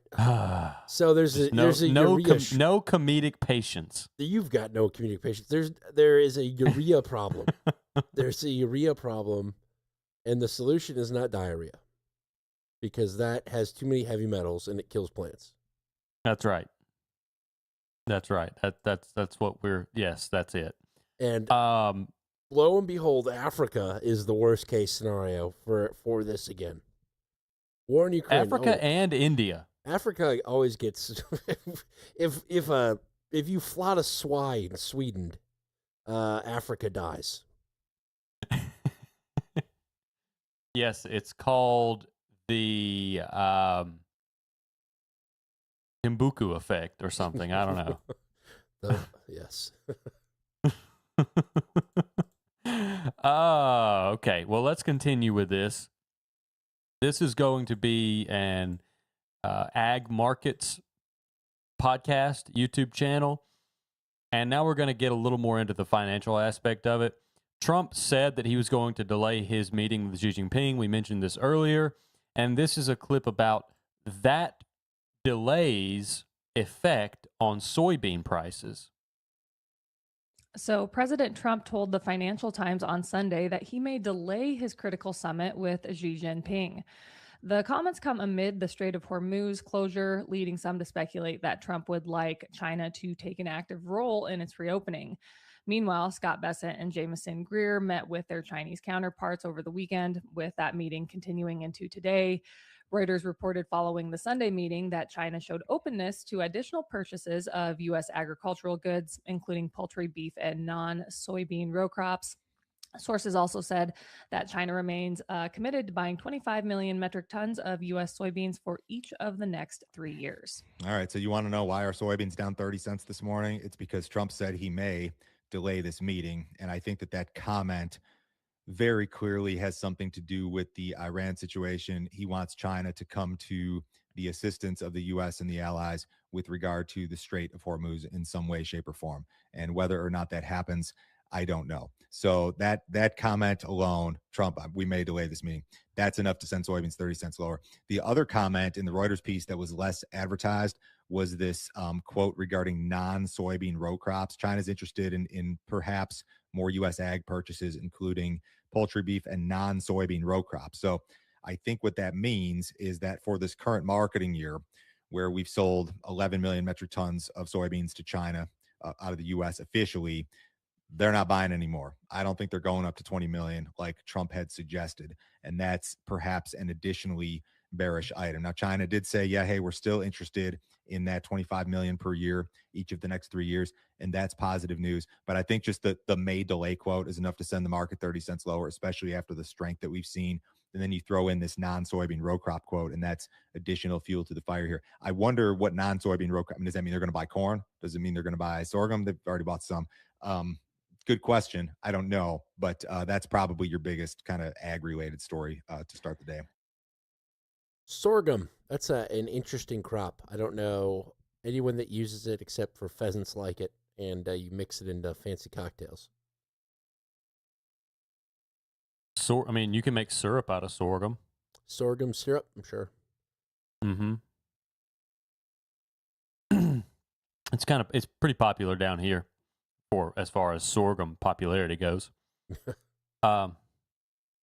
This is a conundrum for the Trump team if they're actually working on this domino theory that I've written about and others have speculated about. Because if you really want to hurt China, you can shut off soybean exports to China. But when you do that, because soybeans are a precursor for livestock feeds primarily and cooking oils in China. So you would impact their food supply chain terribly if you cut off exports of soybeans to China, because the only other place they get them is Brazil, and Brazil can't supply all of the soybeans that China needs. Now, Brazil is having a monster year in soybeans. They're probably going to produce more soybeans than they were expected to. They still wouldn't be able to supply all of China's soybean needs. But what you would do if you cut off exports to China is you would flood the U.S. market and basically sacrifice U.S. soybean farmers on the altar of geopolitics. That's like half of Illinois. I know. So I don't think it's feasible. I don't think that's a lever that Trump is willing to pull unless things to get really kinetic. And at that point, you can't. I mean, maybe you do continue exports of soybeans, or maybe China says it's better for us to suffer a little bit and kill the American soybean farmer. Or, the not growing soybean subsidy goes into effect, where taxpayer effectively pays soybean farmers to not do anything. Yeah, that's a possibility. Cost of war, maybe. Yeah. Those credits, you could get if you owned a certain acreage of land, even if it wasn't farmland, you used to be able to get those credits. Basically say, I'm not going to use my land to grow corn, and the government will write you a check. Pretty sweet deal. Yeah, but we're capitalist. That's right. So this product online, this ag markets show, they and I'm not purposefully not saying the name. I just don't quite remember exactly what it was. I will look. This is the Grain Markets and Other Stuff show. Okay. So they're going to talk a little bit about the fertilizer angle. And this is broaching the idea that the fertilizer precursors coming out of the Middle East aren't a problem because we can get them from Venezuela. And our ag experts here don't really buy that. The Trump administration has approved Venezuelan fertilizer sales to U.S. companies. The move comes as the Iran war has disrupted fertilizer exports moving through the Strait of Hormuz. Venezuela has significant but underutilized ammonia and urea capacity, with annual production potential of about 2.7 million metric tons of ammonia and 3.3 million metric tons of urea. However, years of underinvestment have left the country's fertilizer facilities in need of upgrades before production can be ramped up. As a result, analysts say Venezuelan exports are unlikely to have a meaningful short-term impact on the U.S. fertilizer market. Yeah, I don't think this is going to do much. I pulled this old chart of fertilizer suppliers globally, and Venezuela is not even listed anywhere on here. So it's a nice idea, but I don't think this is going to help to alleviate any of the price pressures that you guys have seen. According to Ag Secretary Brooke Rollins, the Trump administration is considering all available options to help reduce fertilizer costs. Rollins stated that the administration expects to announce potential solutions to address rising costs soon.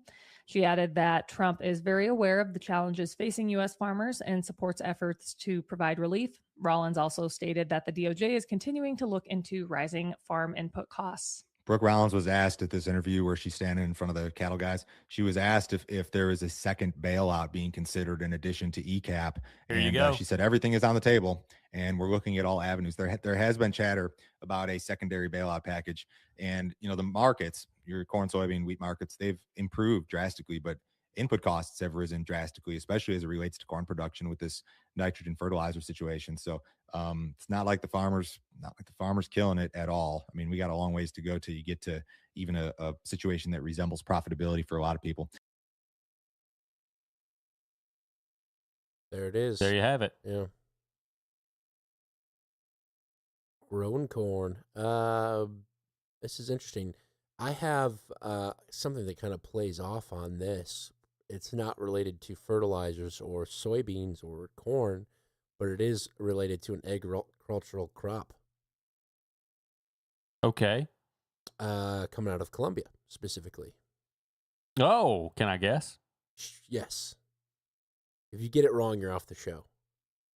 Oh, you got a backup for me just waiting like that? Yeah, we're gonna put potty mouth in. I'm gonna say it's coffee. Bingo. Here we go. Here it is. Still got it. This is Colombia's #1 export, coffee. In 2025, it brought in more money than oil. Official export. It wasn't easy for the farmers. The reason? Donald Trump and his tariffs. It was crazy because it created even more uncertainty in a sector already very unstable due to prices. Harold Andrade is one of thousands of coffee farmers in Colombia. He is passionate about his work, but he's tired of seeing prices set by foreign presidents or global markets. For us producers, ideally, we would find direct buyers for our processed products, not just raw beans. The reason? He earns more because he adds value to his beans. In Valle del Cauca, he sells about 10% of his coffee directly, and together with others, he wants to expand that, even to visiting paragliders from around the world. I had to listen to What that is a couple this? of times. What is what? But is this like a knockoff how it's made? It's a DW report. I thought it was weird too. But randomly, out of nowhere, they mentioned visiting paragliders from around the world is where he wants to sell his coffee to. Okay. Yeah. I think they just translated it, and they're like, I don't know what this has to do with paragliders, but this is what this dude's selling it to. Basically, he's not cool with markets setting prices. He wants to be able to sell his coffee for whatever price he deems, which good luck to that. But he also wants to roast his own coffee, not sell the raw beans, which is where people like Eli, the coffee guy, come in, where those beans move up north and he roasts them and then sells them. So he's like, we want to keep that profit here. So yeah, sure. Look for increased prices in gigawatt Colombian coffee, maybe. I don't know. I'll continue the clip. It's just a couple more seconds. But this isn't a solution for most Colombian coffee farmers trying to become less dependent on the U.S. market. They're still looking for answers. We are focusing on Asia as an emerging market, a market where people don't traditionally drink much coffee. But we want to get them interested. But that will take time, and they can't do it without the U.S. anyway. After all, a quarter of the region's exports go to North America. Yeah. They want to open up to Asian markets, but the problem is Asian people don't drink coffee, and they don't have any trade routes to them, so... Sorry, Colombia. We need to crossbreed opium with coffee, and then they would drink it. Yeah, or put some soy in the coffee. Soy milk. I mean, you can already have opium tea, I think. So maybe that's a tapped market. Okay, very good. I don't think that's going to work. I think you're just going to keep selling to the U.S. and being disgruntled and looking for paragliders. It was the most random part of that, because I was like, wait, because you listen to the videos, you watch them, and then it was like selling to paragliders. I was like, where's the precursor to that sentence? Like something led up to him wanting to sell it to other paragliders. Nope, just randomly he said, I want to sell it to paragliders, visiting paragliders. So. Ever since I was a boy, I wanted to sell coffee to paragliders. That's right. These are the two main markets. The two demographics we're focusing on are Asians that don't drink coffee and paragliders. Well, they are mutually exclusive, you have to say. That's right. I'll tell you what, I think there's a big cross-section in our audience of Asians that don't drink coffee and paragliders that, might also want some Colombian coffee. So. Okay, I'm searching. Is there a thriving paragliding scene in Colombia? I'm curious. I want to know if Eli the coffee guy has penetrated the paraglider market at all. Yes. Well, I mean, kite and key blend. They're getting there. There you go. Kite and motor blend. Now you're talking. Motor backpack. I mean, there is a lot of content about paragliding in Colombia. You should see the YouTube videos. There's a ton of them. Well, top 5 undiscovered paragliding spots in Colombia. Maybe there's never not an article like that about Mississippi. Maybe he's never left Colombia, and he thinks that the whole world is like paragliding everywhere. Maybe. I mean, this many people are paragliding here. Imagine how many are paragliding all over the world. Oh, in effect, he means to tourists that come to paraglide, I think. Probably.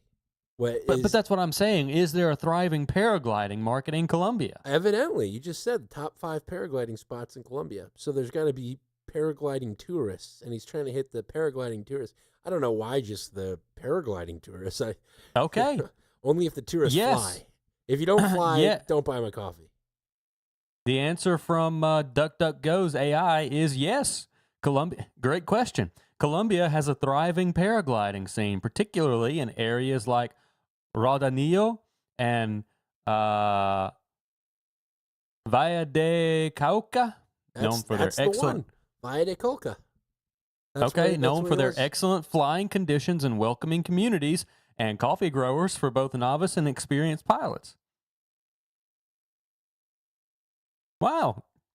The more you know. The more you know. I almost feel like we need to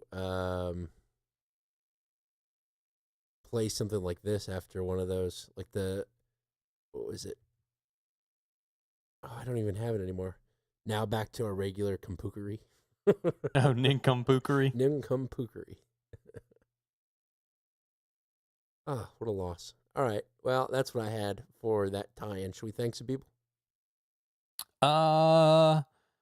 No, I got one more. Okay. This is Scott Galloway from the Pivot podcast. And this is the only reason I'm not convinced that the financial system is going to crumble over $100 plus oil prices, because Scott Galloway thinks it might. This is worst case scenario with Scott Galloway. Boom. I think we're on the precipice of like a $10 trillion wipeout. Language warning. Whoa. Really? Wow. Tell all. By the way, I get this wrong all the time. This is not financial advice. But I don't think it's from Iran. It's from what comes after Iran. This is the chain reaction here. I think oil is not going to be at $150, but it's going to be elevated through the rest of the year. And inflation in some markets reignites. I think corporate earnings are really impaired as consumers stop spending, because some of them will be paying $5 a gallon for gas, and their 401k will start to decline. And Q2 earnings season becomes bad, and then what CEOs do when things are sort of bad is they throw in the kitchen sink and they'll make it look like a bloodbath just to get all the bad shit out. But the real contagion here is going to be from emerging markets. I think there's a decent chance that Pakistan and Egypt default, and as well as Sri Lanka and Bangladesh.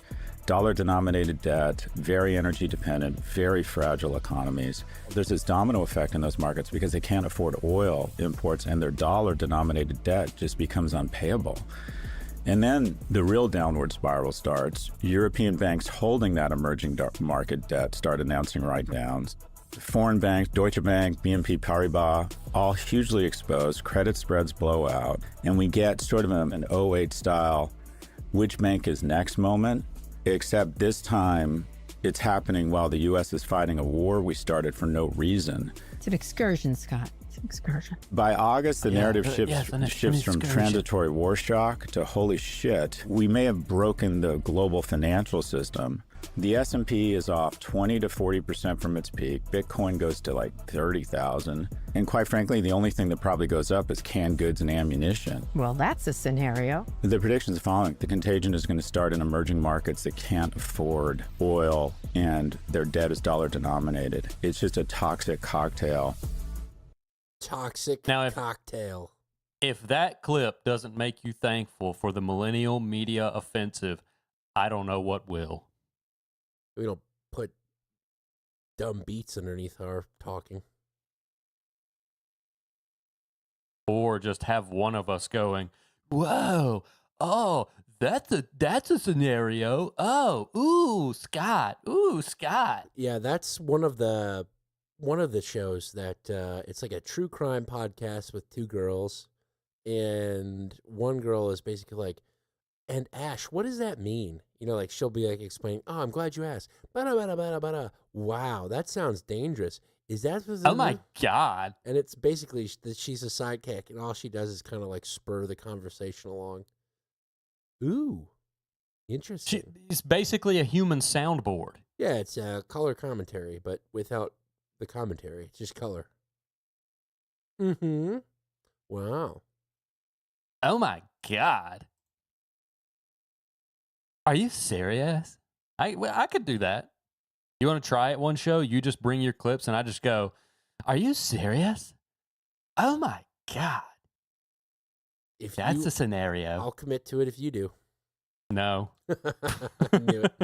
No thanks. All right. Let's thank some people. Oh my God. Millennial Media Offensive.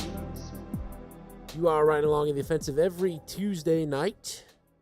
John and I hop on the internet and we try to give you a rundown of what's going on in the world, what we think is happening, our best interpretation of what's going to happen, and just basically basic events, John. Wouldn't you say? That's right, Scott. Yeah, so we just do that. We just have that little color commentary, and it's a good time. Always a good time. We don't try to bog you down with advertisers. We're not trying to sell you Momentum watches. No, none of that. We're just straight value. All about the value. There you go. I thank you. Thank you there, So Ash. impatient. But no, so we actually don't have any advertisers. We just rely on the value returned to us. So if you are into geopolitics, if you're into two guys talking about what they think is going on in the world and you're a part of the conversation, come on down to the Millennial Media Offensive. And if you get any value, feel free to return that. There's multiple ways to do it. You can go to mmo.show/donate. We're on Venmo. We're on Cash App. We're on Stripe. We're on PayPal. You can send us Bitcoin. You can send us emails. You can send us clips. You can send us artwork, which we've gotten quite a few pieces of art dropped into the chat so far, and they've all been hilarious and awesome. So thank you very much. But there's many ways. That being said, we always like to start by thanking the person that provided the artwork last week. And with that, I will say thank you, John and Grok. Well, you never call out the AI that anyone else uses when they make art. It's because I don't know what AI they're using. You literally sent me Grok links to look at this art, so I knew. Okay, so what? It's a good piece of art. I'm just saying, thanks, Grok and John. Yeah, it's official verification ID Just badge. a knife right in my gut. I'm making art for the show. I'm picking up the slack, and I just get knifed. It's a good. Has nothing to do with the Muslim content. It's funny. It's a good piece. I know it's that's funny. A good product promotion. MMO, not a terrorist, peaceful Muslim, verified by us. And it's great. It is a great piece of art until you realize that my last name is spelled incorrectly. Oh, the E and the H. I didn't even catch it until after it was published. I was like, oh, damn. My name Something is to remember me wrong. by. That's right. That's right. This is funny. I was listening to a different show on Friday. It was Podcasting 2.0, and they had this guy on for Pod Pages. And it's a website. If you don't have a website, you can go to Pod Pages and have a website made for your podcast. So I decided to go try it out because we have a website. We do, MMO.show. It's a good website. But I was like, yeah, I want to see what my free podcast page looks like on Podpage. And I think they're really looking for people that have like a consistent podcast, people that aren't just like starting out. And so I think when we had 210 episodes and we signed up for Podpage, they jumped on it. And I got a personalized video from Dave at Podpage, and it's him going through our Podpage. And during this entire video, he's going around and talking about SEO and aesthetics. The entire time, this MMO, not a terrorist, peaceful Muslim piece of art is on it. I'm like, oh my God, I can only imagine what he must think, but it was kind of funny. Well, I hope you told him you appreciate the tour. I was writing this email. I didn't see it till this morning at 5 a.m. and I think I got distracted when I was writing a response, but I will definitely send a response back to him. But I just thought it particularly tickled me to see him scrolling around our pod page and just to have all of our recent artwork, and a lot of it is offensive, more or less. Did he at least compliment the website as is?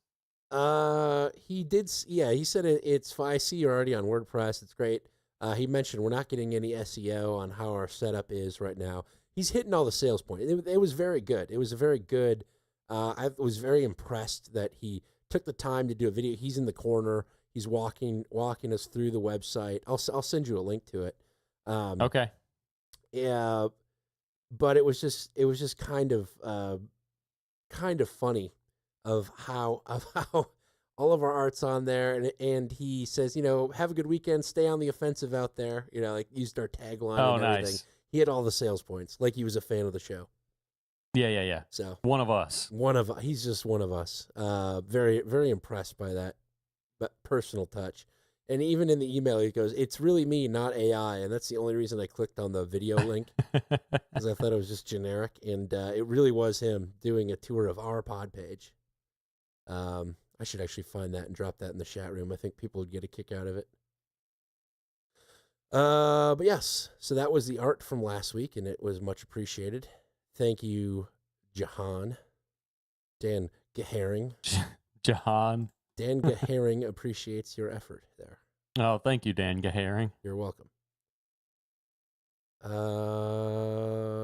Yes, that being said, we did have some fiat donators that came in, and we got one at the top of the hour that I don't have punched into the thing yet, so I got to make sure I capture that. A lot of activity tonight. Yes. At the pizza parlor or the gay bar? A little bit of both. Okay. A little bit of both. Starting off the top of the list for fiat donors is Sam S. of Burblandia and Beargrass. He came in through PayPal with $20.02 and says, "Show them your MMO face and support the offensive." On the offensive. Nice. Thank you, sir. We will definitely show you our MMO face. A little green tonight. The Nail Lord of Gaylord comes in through Venmo with $5. And he says, Nlog here, OTO, Dan, looks like you had a fun 50-degree temperature swing in St. Louis. Stay warm. Yeah, we survived our first tornado warning. Man, 2 minutes were pretty hairy, but other than that, it was fine. And it's very cold here. Yeah, went from 70. Yeah, it's very cold here, too. Went from 70 to 20. It was like, oh, no. But tomorrow we're supposed to be back up to 65. So thank you very much, Nlog. I think it's C Brooklyn 112 came in through Cash App with $5 and says, Horror Moose. Thank you, sir. He's a fan of the Horror Moose. The Horror Moose Gate. Much appreciated. It's growing on me. As a Horror Moose does. Trash Man came in through PayPal with $3.33. You know, it's really funny. Just for a second. It's really funny. Cameron's really good at her animal cards. She knows a lot of animals. You can quiz her on the cards. She loves doing the cards. And she's really good at knowing what the animals are, even differentiating between like a tiger and a lion and that kind of detail, and doing the sounds. But she learned, and by the way, we're having another child. That I shouldn't say this story without saying that first. We're expecting another child. I'll say that. But let me ask you to look again at a map. I don't know what kind of map you're looking at, but I'm finally going to catch up with Dan. Hopefully, God willing. Congratulations. Thank you. But around the time that we were trying to teach Cameron to tell some of the people in our family that there was a baby in mommy's belly, and don't write me about anatomy. She was also learning the difference between a deer and a moose on the cards. So for a while there, we would ask her, what's in mommy's belly? And she would say, moose. And it was comical. Yeah. You know, those are the kind of things you think are hilarious and you tell to people and they're like, oh, okay. I'll tell you where that joke's not hilarious is Saskatchewan. That's a very serious problem up there. That's a very serious problem. Well, very good. Congratulations again. That's very exciting. Thank you. Give my best to Thank you. Yes. Tacos. I will. Thank you. Trash Man comes in through PayPal with $3.33 and says, we like to go outside and look around with a flashlight. We like to play in the dirt. And like millions of people in the world, we like to play hide and seek. OTO. On the offensive. It's spring. Fire up the grill, dust your roses, and salt those stumps. Trash Man. Yeah, salting stumps is something I've tried too. I take like the biggest drill bit I have and drill down in there and then put some salt in there. I've also Why do you do that? Helps kill the stump faster. Ah. Yeah. My dad and I, when I was growing up, we had a tree got knocked out and there was a stump in the yard, and we had drilled into it and dried it out and then started pouring kerosene on it in hopes that one day we could light it on fire and burn it out. I don't remember if we ever actually did that though, or what happened to that stump. I have a feeling if we had burned it, I would have remembered. Thank you, Trash Man. Thought provoker there. Finally, Praetor Weirdo of the Not So Flatlands comes in through Cash App with $3.33, and he says, on the offensive. OTO. Thank you, sir. That does it for our fiat donators. I think we got a lot Something of we boosts. didn't discuss in the AI segment of the first half of the show is, and don't worry, the second half won't be nearly as long, but something we didn't discuss was Trash Man's videos of the Chinese commentator saying that the USS Carney had been sunk. Is it the Carney, right? Yeah. Yes. That channel is wild because there are something like 30 to 40 videos, and they've all been published within the last, I would say, 2 weeks. Same guy in the corner of the video with really bad, or kind of decent AI photos as the backdrop, and you can tell that he is an AI news model by how active his eyes are. That's what I noticed. His cadence is also a little off, but you could be forgiven for overlooking that because people's cadences are different, especially people who aren't native English speakers. But I took this entire video to be an artificial creation, and I think it's interesting that it's on BitChute, targeting a very specific demographic in America. A demoralization attempt, I think, is what that amounts to. Yeah.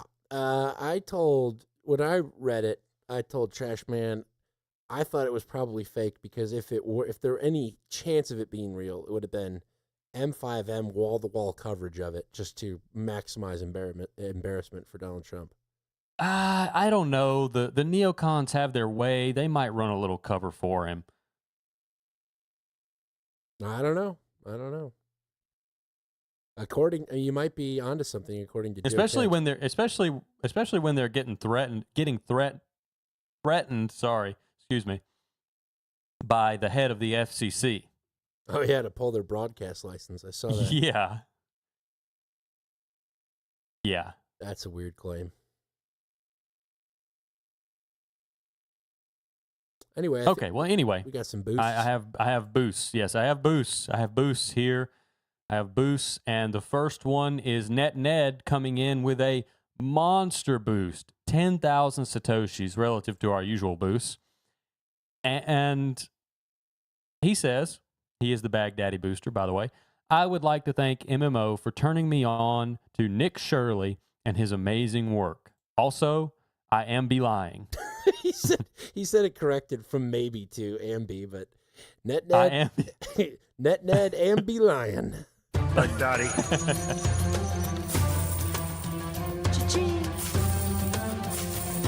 Baghdaddy. Thank you, Baghdaddy. Much appreciated. Then we have Eric PP coming in with 3,333 Satoshis with no note. Darren O coming in through Podverse with 3,170 Satoshis. Thank you, Darren O. And then Darren O comes in again with another 3,170 Satoshis for a total of 6,340 Satoshis. Look at that math. And says, top of the morning to you bastards. Hell yeah. Darren O, of course, of Planet Rage, the Rock and Roll Pre-Show, and Random Thoughts, and Unrelenting, and at one point, Grumpy Old Ben's. Many fine products. Many fine products and podcasts. Bully Steed comes in next with 2,222 Satoshis and says, remain on the offensive, #OTO, #MMO. Thank you. On the offensive. Then DJW comes in along with the art he submitted tonight with 1,976 Satoshis and says 10-finger boost. You guys be good. The war crimes. Sir Jared of South Burien comes in with 333 Satoshis for MMO number 206, Swoletariat. Thank you, Sir Jared. We hope someday you catch up. A Fairvolt T comes in with 210 Satoshis and says, cutting teeth on analog currency was a great joke I must maintain.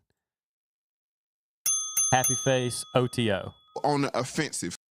See? Some people appreciate my humor. Well, I'm glad. Piez comes in with 121 Satoshis with the usual lineup of emojis. Salute, meet, magnify, mushroom, muscles, prayer, or high five, depending on how atheist you are. Then Nostragang comes in with 100 Satoshis, and that wraps us up for our boost. We also have Eric PP streaming value for every minute of the show listened right now, and he's currently at 1,782 Satoshis. Thank you very much to everyone who sent value, links, material, comments, sales calls, whatever you sent. We appreciate it. And chances are, if you send us anything that you think is valuable, we will share that belief with you and appreciate the value. We run on your value. We consume your value so that you can consume the product. Consume, consume, consume. It's the feedback loop. It's the value feedback loop. We put out the product for free. You determine what it's worth. You let us know. We continue putting the product out for free. And the cycle repeats as cycles do. We will never have a Kali Yuga here on the offensive. Get it on.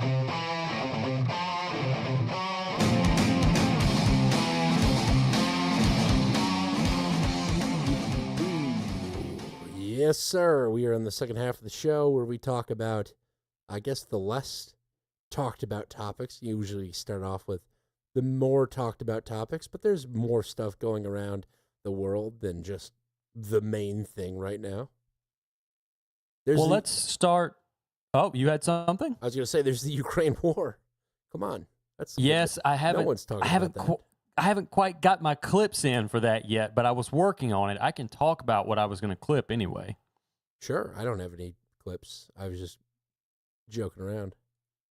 Well, I have time codes, and I just hadn't gotten around to clipping them during the show, and of course, I didn't get around to clipping them before the show. But there's a row developing and has been festering between Hungary and Ukraine. Have you heard anything about this latest disagreement between Hungary and Ukraine? Oh, maybe it was the solo show that the week you weren't here, but I talked about the pretty much Hungary blocking this funding for Ukraine because Ukraine wasn't allowing oil to flow through the pipeline. Well, I'm glad you covered this. Yeah. I was going to bring these clips, and I will stop clipping now. But yeah, the Druzhba pipeline was damaged, allegedly by Russia, and Hungary is saying Ukraine is dragging their feet on repairing it. And because of that, Hungary basically knocked over a cash truck headed to Ukraine. Yeah, they agreed in like the pre-meeting. So the way that the EU works is they have these pre-meetings and like everyone agrees and is on board, and then they have a very public vote, and it's to show their support of Ukraine and to project this image of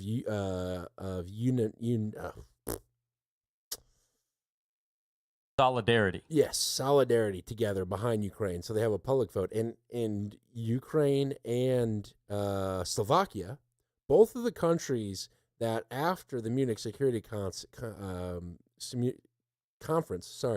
Yeah, geez, having trouble. Marco Rubio stopped in Slovakia and he stopped in Hungary.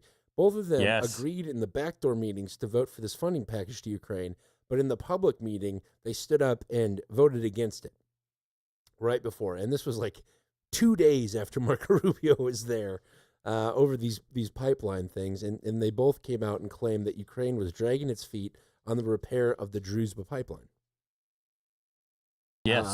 And then Ukraine, the next day after that funding package was voted against, bombed another portion of the Druzhba pipeline in Russia. Ah, really? Yeah. I didn't pick up that part of it. We covered it. We covered it here on The Offensive. Well, you were very good. Rubbing shoulders, or I guess you were sick during that one. Yes, I was rubbing shoulders with my toilet. That's right. So yeah, no, we talked about that a lot. It was a key point of the show. I'm happy to hear that. Yep. Thank you. Thank you for being on The Offensive. Always indeed. Well, if we move back down to the Middle East, I have a clip about an update on the Paki-Afghan conflict. There's been some new bombings. I have one clip about it if you want to knock it out. Yeah. I'll play your clip. I'm going to play the intro of mine just because it's funny too, but here's yours. The other stories making headlines here. Afghanistan's government says a Pakistani airstrike on a drug rehabilitation center in Kabul has killed at least 400 people and injured hundreds more.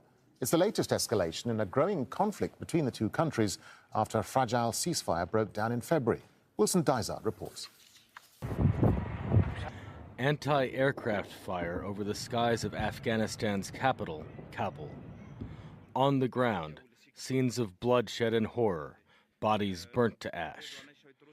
Afghan officials say that a Pakistani airstrike killed hundreds of civilians at a drug treatment center. They were innocent civilians and admitted patients. There is no military base and there is no military-related departments or anything else. Fortunately, our rescue team reached to the area and we are searching for the injured admitted patients, also to the victims that they lost their lives.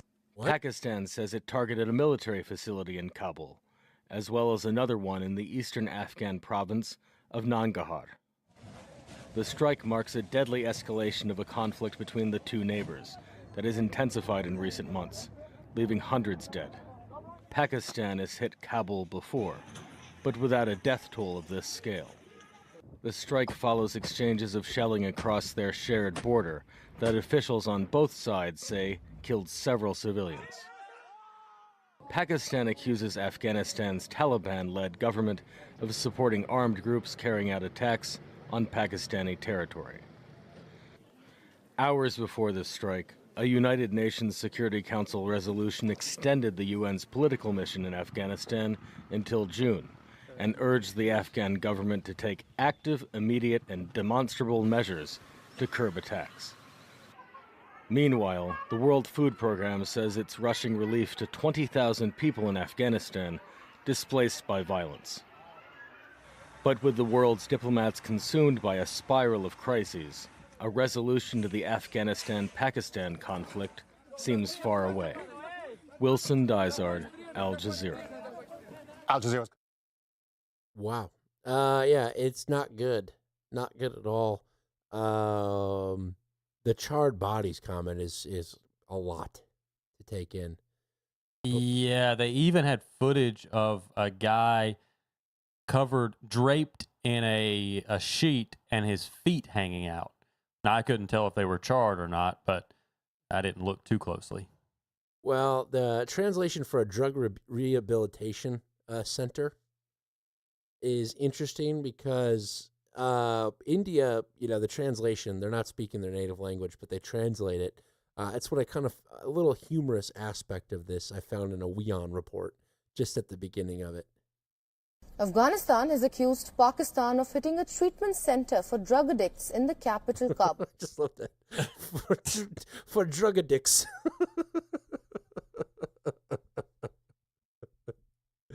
Yeah, I find it hard to believe that the Afghan Taliban had drug rehabilitation centers at the top of their priorities. Well, when you live that close to the poppy fields, man. I mean, I guess. But, what are we rehabilitating them toward? Probably for fighting wars. Yeah, I think so. That's my point. You get somebody in a hot desert going through withdrawals, you give them an AK-47 and say, that man is standing between you and your opium den. Hell yeah. That's Grandpa Rambo right there.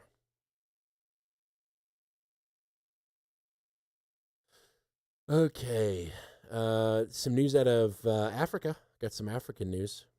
Oh, right. Medium-sized African package.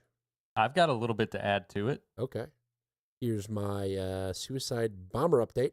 Oh, gave it away. Here's what happened in Nigeria. Several people are feared dead after a series of suicide bombings rocked Maiduguri, capital of Borno State in northeastern Nigeria. Now, this attack has raised fears of fresh It's Maiduguri, not whatever he said. Violence in the region. According to security sources, first blast went off at a post office in the city center, and it was immediately followed by another one at popular Monday market nearby.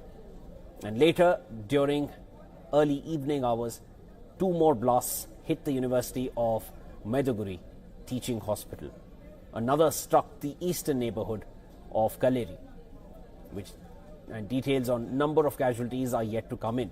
Eyewitnesses claimed that they had seen dead bodies following the blast at the market.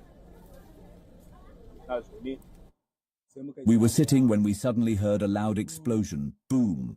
Everyone immediately started running in fear. As we ran, people kept shouting that we should keep going. Later, we learned that the other explosion near the post office was also caused by a man carrying a bomb. While people were still fleeing, another explosion occurred around the post office area. Borno State Governor Babagan Zulum condemned the attacks, calling it barbaric. He further said that recent surge in attacks may be linked to intensified military operations in the Sambisa forest, a known jihadist stronghold.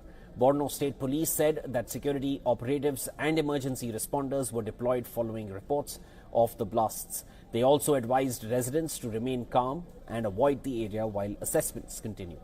These attacks come after Nigerian military said security forces had repelled assaults by suspected Islamist insurgents on the outskirts in early hours of Monday. The statement further said no casualties were recorded among military or civilians during the earlier attacks, adding that insurgents were believed to have suffered losses. Now, it's interesting because when we were talking about Nigeria before and when we sent the Christmas morning missiles into Nigeria, it was in the northwest corner. This happens to be in the northeast corner. So, yes. I think... closer to Chad. Yeah. So, the divide is, I guess, the Muslims are more northern and the Christians are more southern. But this seemed to be a direct attack on a hospital. That's like the worst place to bomb, where you're trying to help and heal people, blow them up. So there's stuff going on there. Africa, and it's really just this entire strip, man. At the northern... The Sahelians. The Sahel all the way through Saudi Arabia. That is just the hot zone. It's like Ukraine, the circle around Ukraine, the ring of fire has opened up.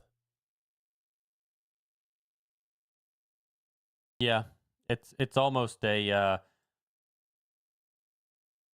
escalation ramp. You go east through Sudan and then up into Iran. Yeah, the positivity I was feeling about the fourth turning is dwindling the more this stuff happens. Well, my story out of Africa is about Senegal, the westernmost nation on what I would call the Sahelian Strip. And Senegal, we were talking about fertilizer and, of course, talking about oil and gas earlier. Senegal, and I've got these articles linked in the show notes, Senegal has announced intentions to nationalize its largest gas field and a Singapore-owned fertilizer production operation. So, it's Senegal trying to get ahead of the eight ball here, trying to insulate. Well, when you start nationalizing assets that are owned by other foreign countries, it usually marks the downfall of your nation, one way or another.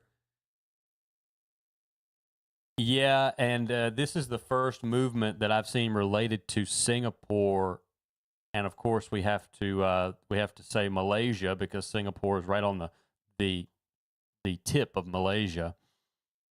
And I think a place we should probably start looking at is the Strait of Malacca, the narrowest point between Malaysia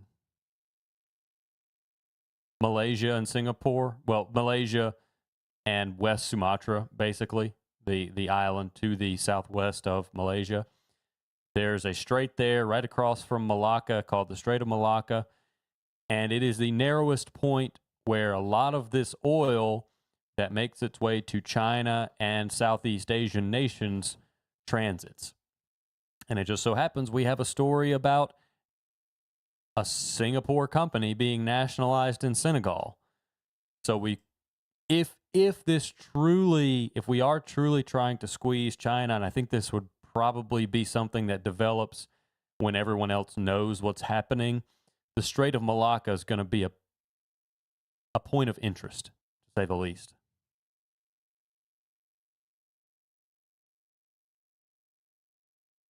Yeah. So we're also mentioned in the Falling Dominoes article. So we're going to hit China on the oil and fertilizer front. Maybe the oil isn't meant for China. Maybe the oil is meant for something else because China's energy is pretty diversified. But fertilizer, it seems, is a weak point. Well, I think people in Southeast Asia and Australia are starting to feel the pinch already of increased oil and gas prices, or at least starting to become spooked about it, because Sky News Australia had a video published today with a doomsayer saying that these increased oil pressures could lead to empty shelves in Australia.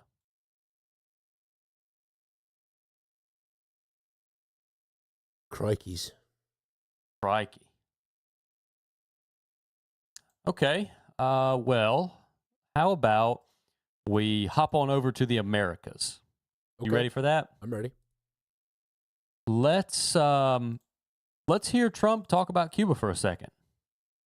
I think Cuba, I don't know, in its own way, for tourism and everything else, it's a beautiful island, great weather. They're not in a hurricane zone, which is nice for a change. They won't be asking us for money for hurricanes every week. But I think Cuba's the end. All my life I've been hearing about the United States and Cuba. When will the United States do it? I do believe I'll be having the honor of taking Cuba. That'd be good. That's a big honor. Taking Cuba. Taking Cuba in some form, yeah. Taking Cuba. I mean, whether I free it, take it, I think I could do anything I want with it. You want to know the truth? They're a very weakened nation right now. They were for a long time. Very violent leaders. Taking Cuba. We've already starved them of Cuba. oil. Mexico, surprisingly, capitulated in that. They stopped supplying Cuba with oil.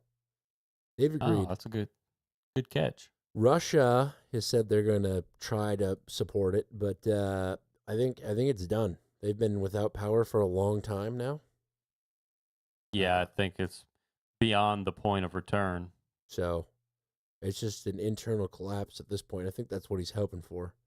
But, we got Puerto Rico. That's under our belt. Dominican Republic, Haiti. They're independent nations for now. Jamaica would be the real prize. Yeah, man. Yeah, man. We'd be jamming. Well, let's talk about a little. I've got 2 weather clips left for the United States. I've got so one. Whenever one you US want my clip. last 2. Well, we're speaking of oil and how Cuba's out of oil. Trump has done something that's got California Democrats' panties in a bundle. So that's always fun to hear. But effectively... Were they ever out of a bundle? No. But this one really... There was an oil spill in California 10 years ago, and they shut down a pipeline in Santa Barbara. And Trump made this announcement today. As gas prices continue amid the Iran war, President Trump is ordering some new offshore oil drilling off the California coastline, saying that it will boost energy supply. But state leaders warn that the move threatens the environment and may violate California law, too. Thanks for joining us here for Fox 40 News at 5:30. I'm Eric Harriman. And I'm Nikki Lorenzo. Now, Governor Newsom and Attorney General Rob Bonta are vowing to fight back. Fox 40 Capitol reporter Eitan Wallace spoke with Bonta today and has this message. Yeah, Bonta says his message to Trump on this matter is simple. We'll see you in court. We're not going to stand by. California Attorney General Rob Bonta with that message for President Donald Trump after the president invoked emergency powers to restart oil drilling off the California coast. It comes amid rising oil and gas prices as the U.S. now enters its 3rd week of the Iran war. The president invoked the order under the Defense Production Act. The Trump administration says that law grants the president broad authority to direct private industry to meet national defense needs, including energy. In this case, Trump is directing the oil and gas company Sable Offshore Corporation to restart several offshore rigs in federal waters off California's central coast and pipelines along the Santa Barbara coast that help move oil inland to Kern County and other parts of southern and northern California.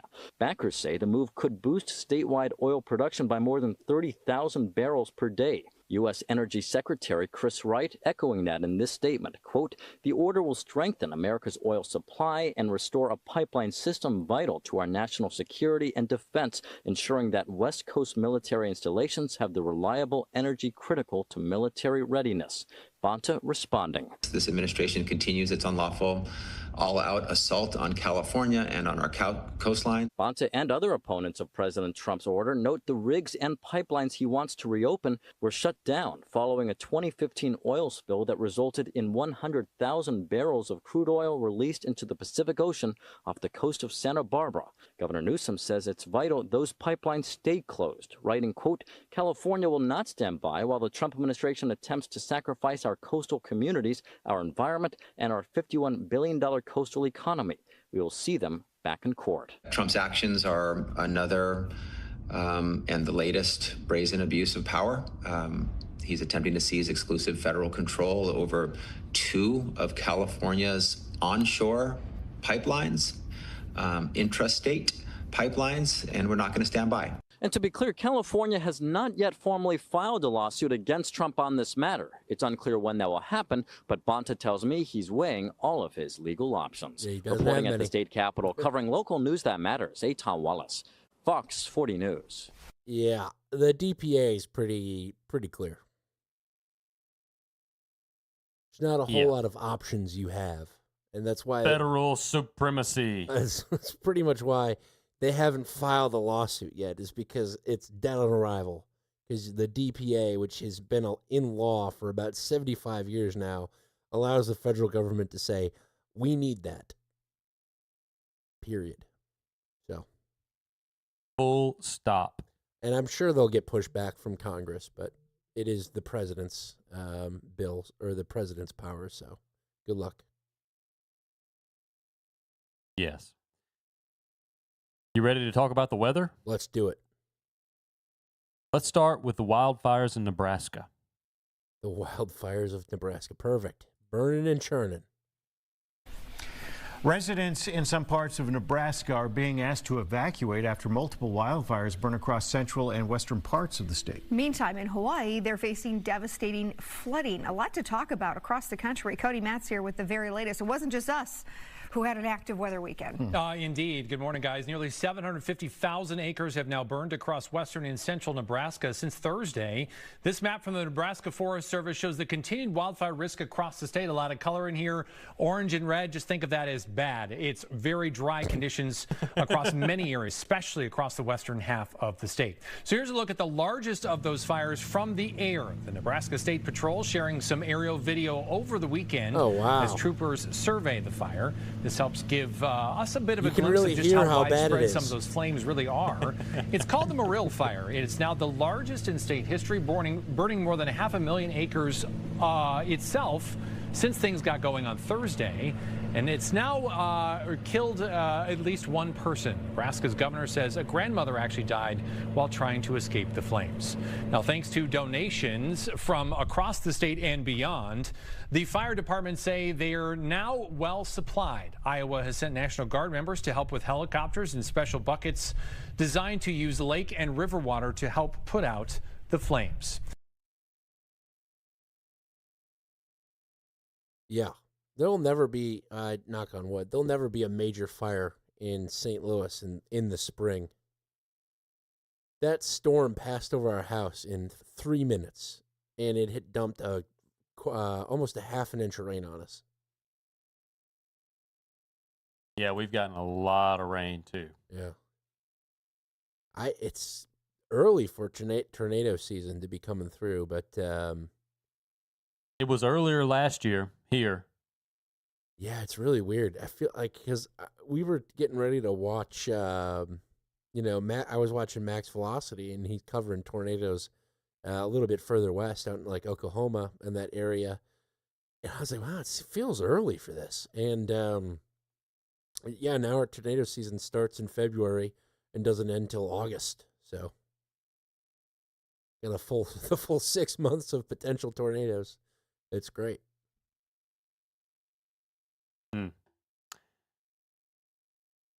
Yeah, okay, well, my last clip is out of this world. There was a meteor in Cleveland. I saw headlines, did not hear about it. Tonight, meteoric levels of confusion in Cleveland. Whoa! After a loud boom rang through the region, frightening the pets in this person's backyard and stopping drivers in their tracks. Whoa, what the was that?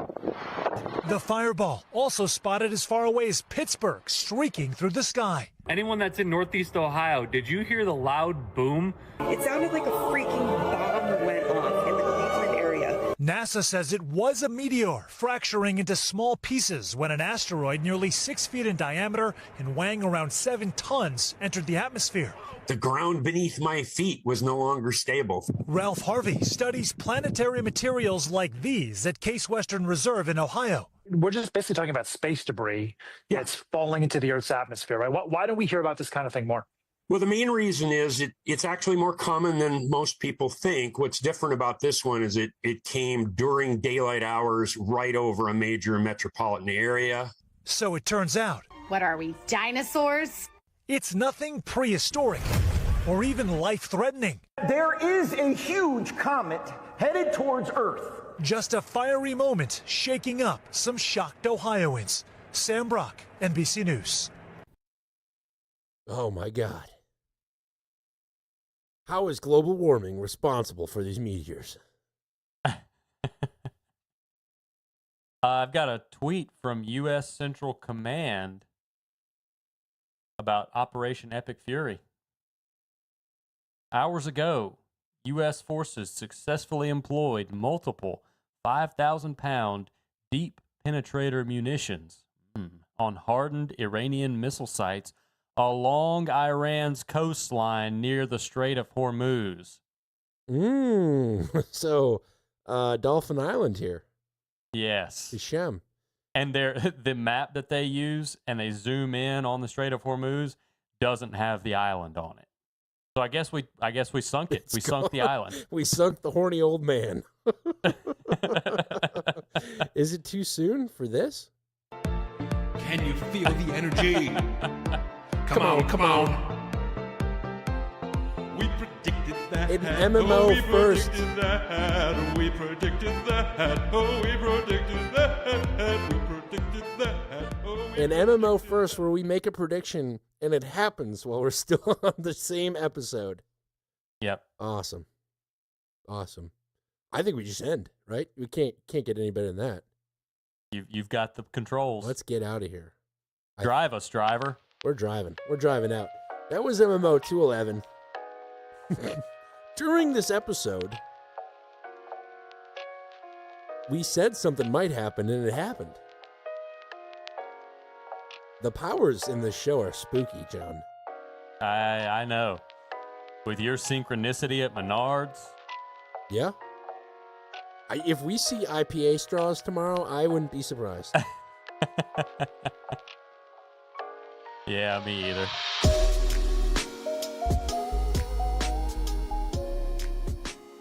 We got a St. Patrick's theme song at the end of today's show. We got sent in by a gentleman, Tom, I believe. Was it Tom? I get a lot of emails, folks. I'm sorry, but it's a banger. Stay around and listen to that. Very intense. Very well done, too.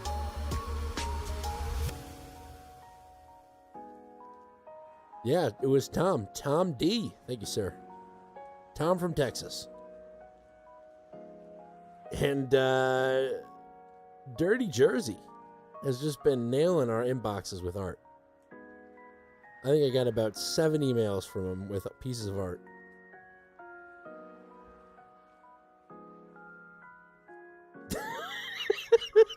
They're funny. Oh, boy.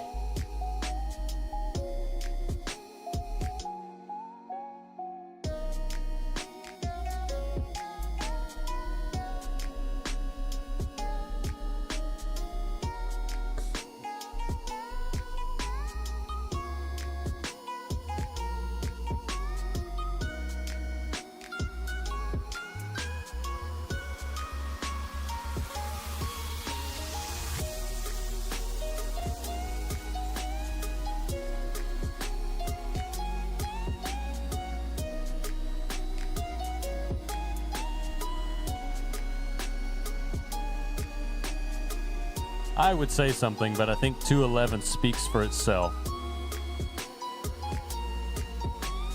I think so, too. Well, from the great city and state of St. Louis, Missouri, I have been Dan Gehring. And from America's South Coast, I've been John G. Dew.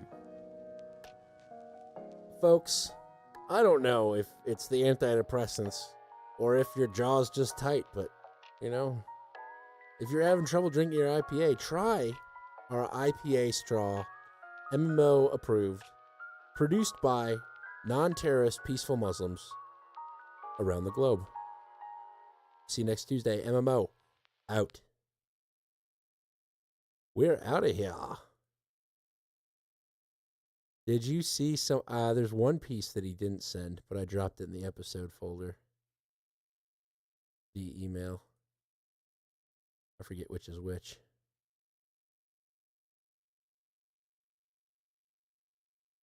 My favorite of all of the clip custodian art has got to be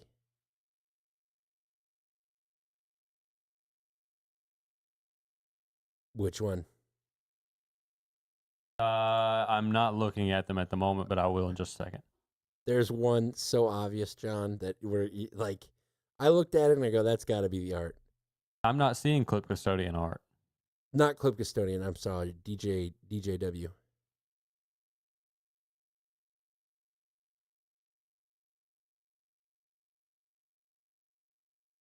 Those two probably aren't it. Which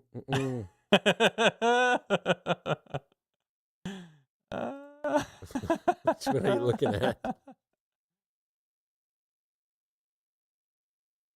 I think it's got to be. Oh, this is a test of how self-centered you are. I think it's the coffee fingers. No, not the coffee fingers. No, you're talking about the one with you in it. No, not the salt one. Oh, the first one with us on the jet ski? Yeah, that's so good. I like coffee fingers. No, the jet ski's hilarious.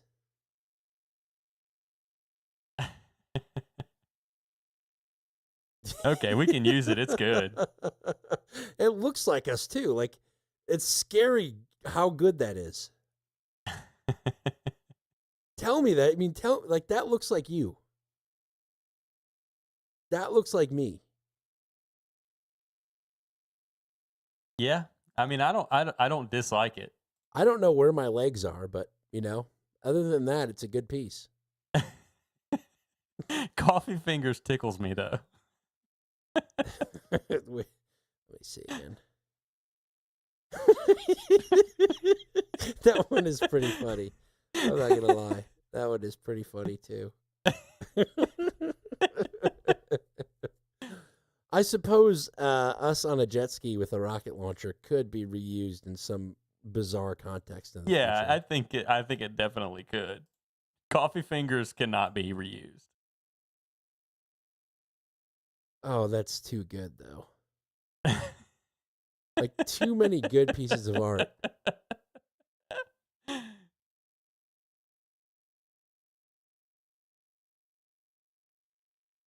see, what are people saying? Everyone is saying jet ski. Oh, well, that's why they don't produce the show at the end.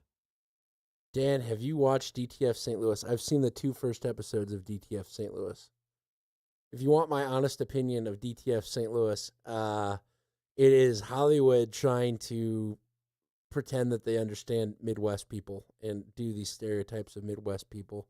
They make up parts of town in St. Louis and didn't actually film any of it in St. Louis. So from a St. Louisan perspective, it's incredibly disappointing. From a storyline, it's kind of interesting. I'll give them that. It's a pretty interesting storyline.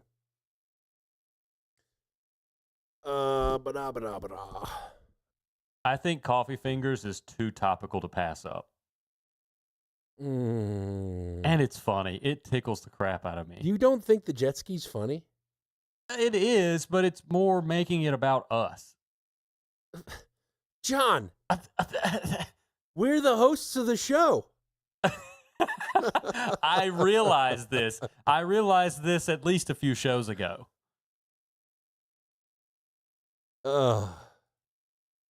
What is our title list and our ISOs? Because that's going to have an effect. Okay. The jet ski sounds Polish.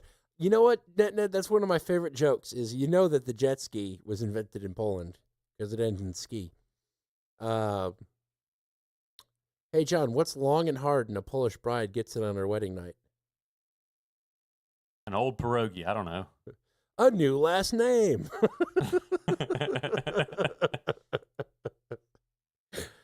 I love the McRib. is the title list. I love the McRib. Greenflation, Conop, IPA straws, Tomahawk in a dress, Houthi bowl, unfortunate screenshots, diarrhea, Kumbuku effect, Colombian paragliding, and thanks, Grok. I like right in the Fajita. Fajira. Right in the Fajira. I'm gonna need you to send me the spelling of that. Okay. Well, let me go to my map. Let me ask you to look again at a map. No, I'm not looking for fajitas, Google Maps.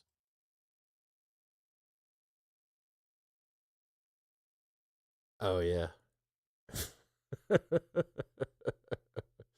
Norm Macdonald had this long-running joke about, like, dumb Polak jokes. He's like, is it Scottish? No, it's actually Polish. McDonald. He's like, he's so racist. He pretty much goes on about how this guy says he orders a Polish sausage, and the guy's like, oh, you must be Polish. And he's like, well, that's kind of racist. Yeah, I suppose if I ordered an Italian sausage, you'd think I'm Italian. I suppose if I ordered a fajita, you'd think I'm Mexican. He goes on and on and on. It's like a 10-minute joke.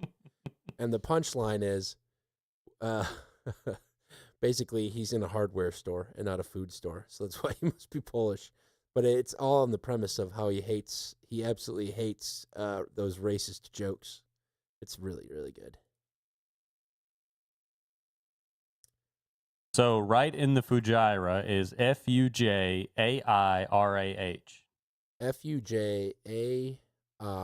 Fujairah. Yeah, I think it's a funny title.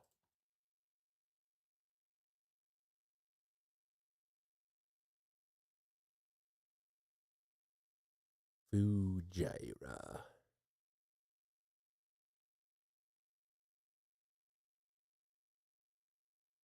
"10 best hotels in Fujairah." I would love to see update 9 best hotels in Fujairah. That would be funny.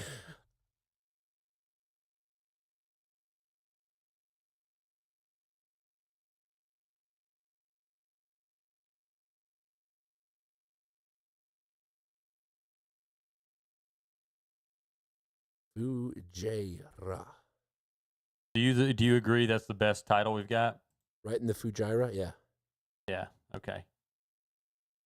Okay, right in the Fujairah. And then we need an opening. And you got to cut some stuff out tonight. Mm-hmm. Got to cut a lot of stuff out tonight. Can't remember if I put markers down everywhere or just... 2 videos wishing the Iranian people a happy new year, doing that kind of thing. And the second one was from a command center. He was with the heads of his military in a... Okay, well... I don't think he'd be that on the nose about it. Oh, that was a crispy. But one more data point before we do. Ooh, okay. You just got crispy. Get down. John's gonna go. All right. We're close to getting to that. But one more data point.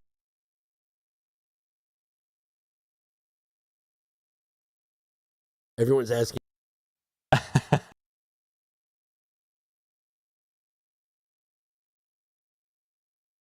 Okay, that's cropped a little bit. Let's see what this was. There it is. Sorry, it was in there. I just didn't see it. I was looking different place. I listened to you on the and a video podcast second. This is Scott Besson. They got him. And this is the beginning. This is the beginning of that rumor. Now, I wish I had sent you this video, a link to this video so you could watch it. But we are an audio podcast first and a video podcast second. I don't do Italian accents very well. In Benton County, Iowa. After it stopped. I'm just dropping now. Trust me, everything's part of the plan. Trust the plan. This is a I trust the driver. I'm throwing my lot in with Trump. A question for you, and maybe this is answered. Is seizing Iran's oil exports. How does logic that almost like what we're doing to Cuba right now, where we're starting. But what going to cash them? China's going to supply the. I don't know. They might, and that's what's interesting. To Karg Island, however, dust off an old trope. IPA straws. There you go. Oh. This is really wasting both of our talents. Okay. All righty. Oh. When did we talk about Colombia? Why don't we talk a little bit more about this Iranian war, but a little more from the financial side? Right before the break. Benjamin Netanyahu. Fertilizers from the Middle East.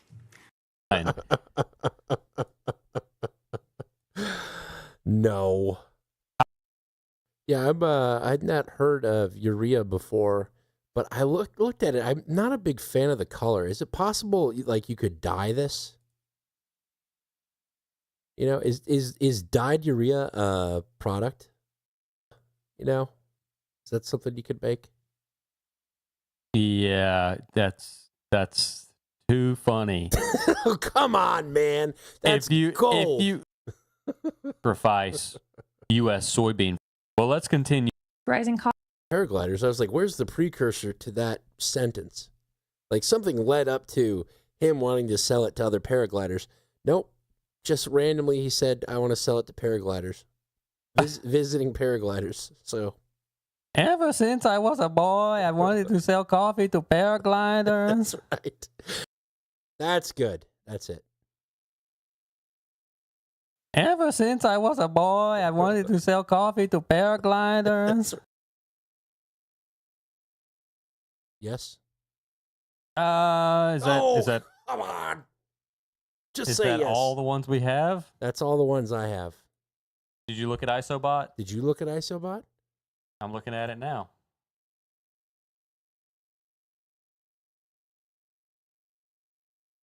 There is a clip of me right off the bat saying, consume, consume, consume. No.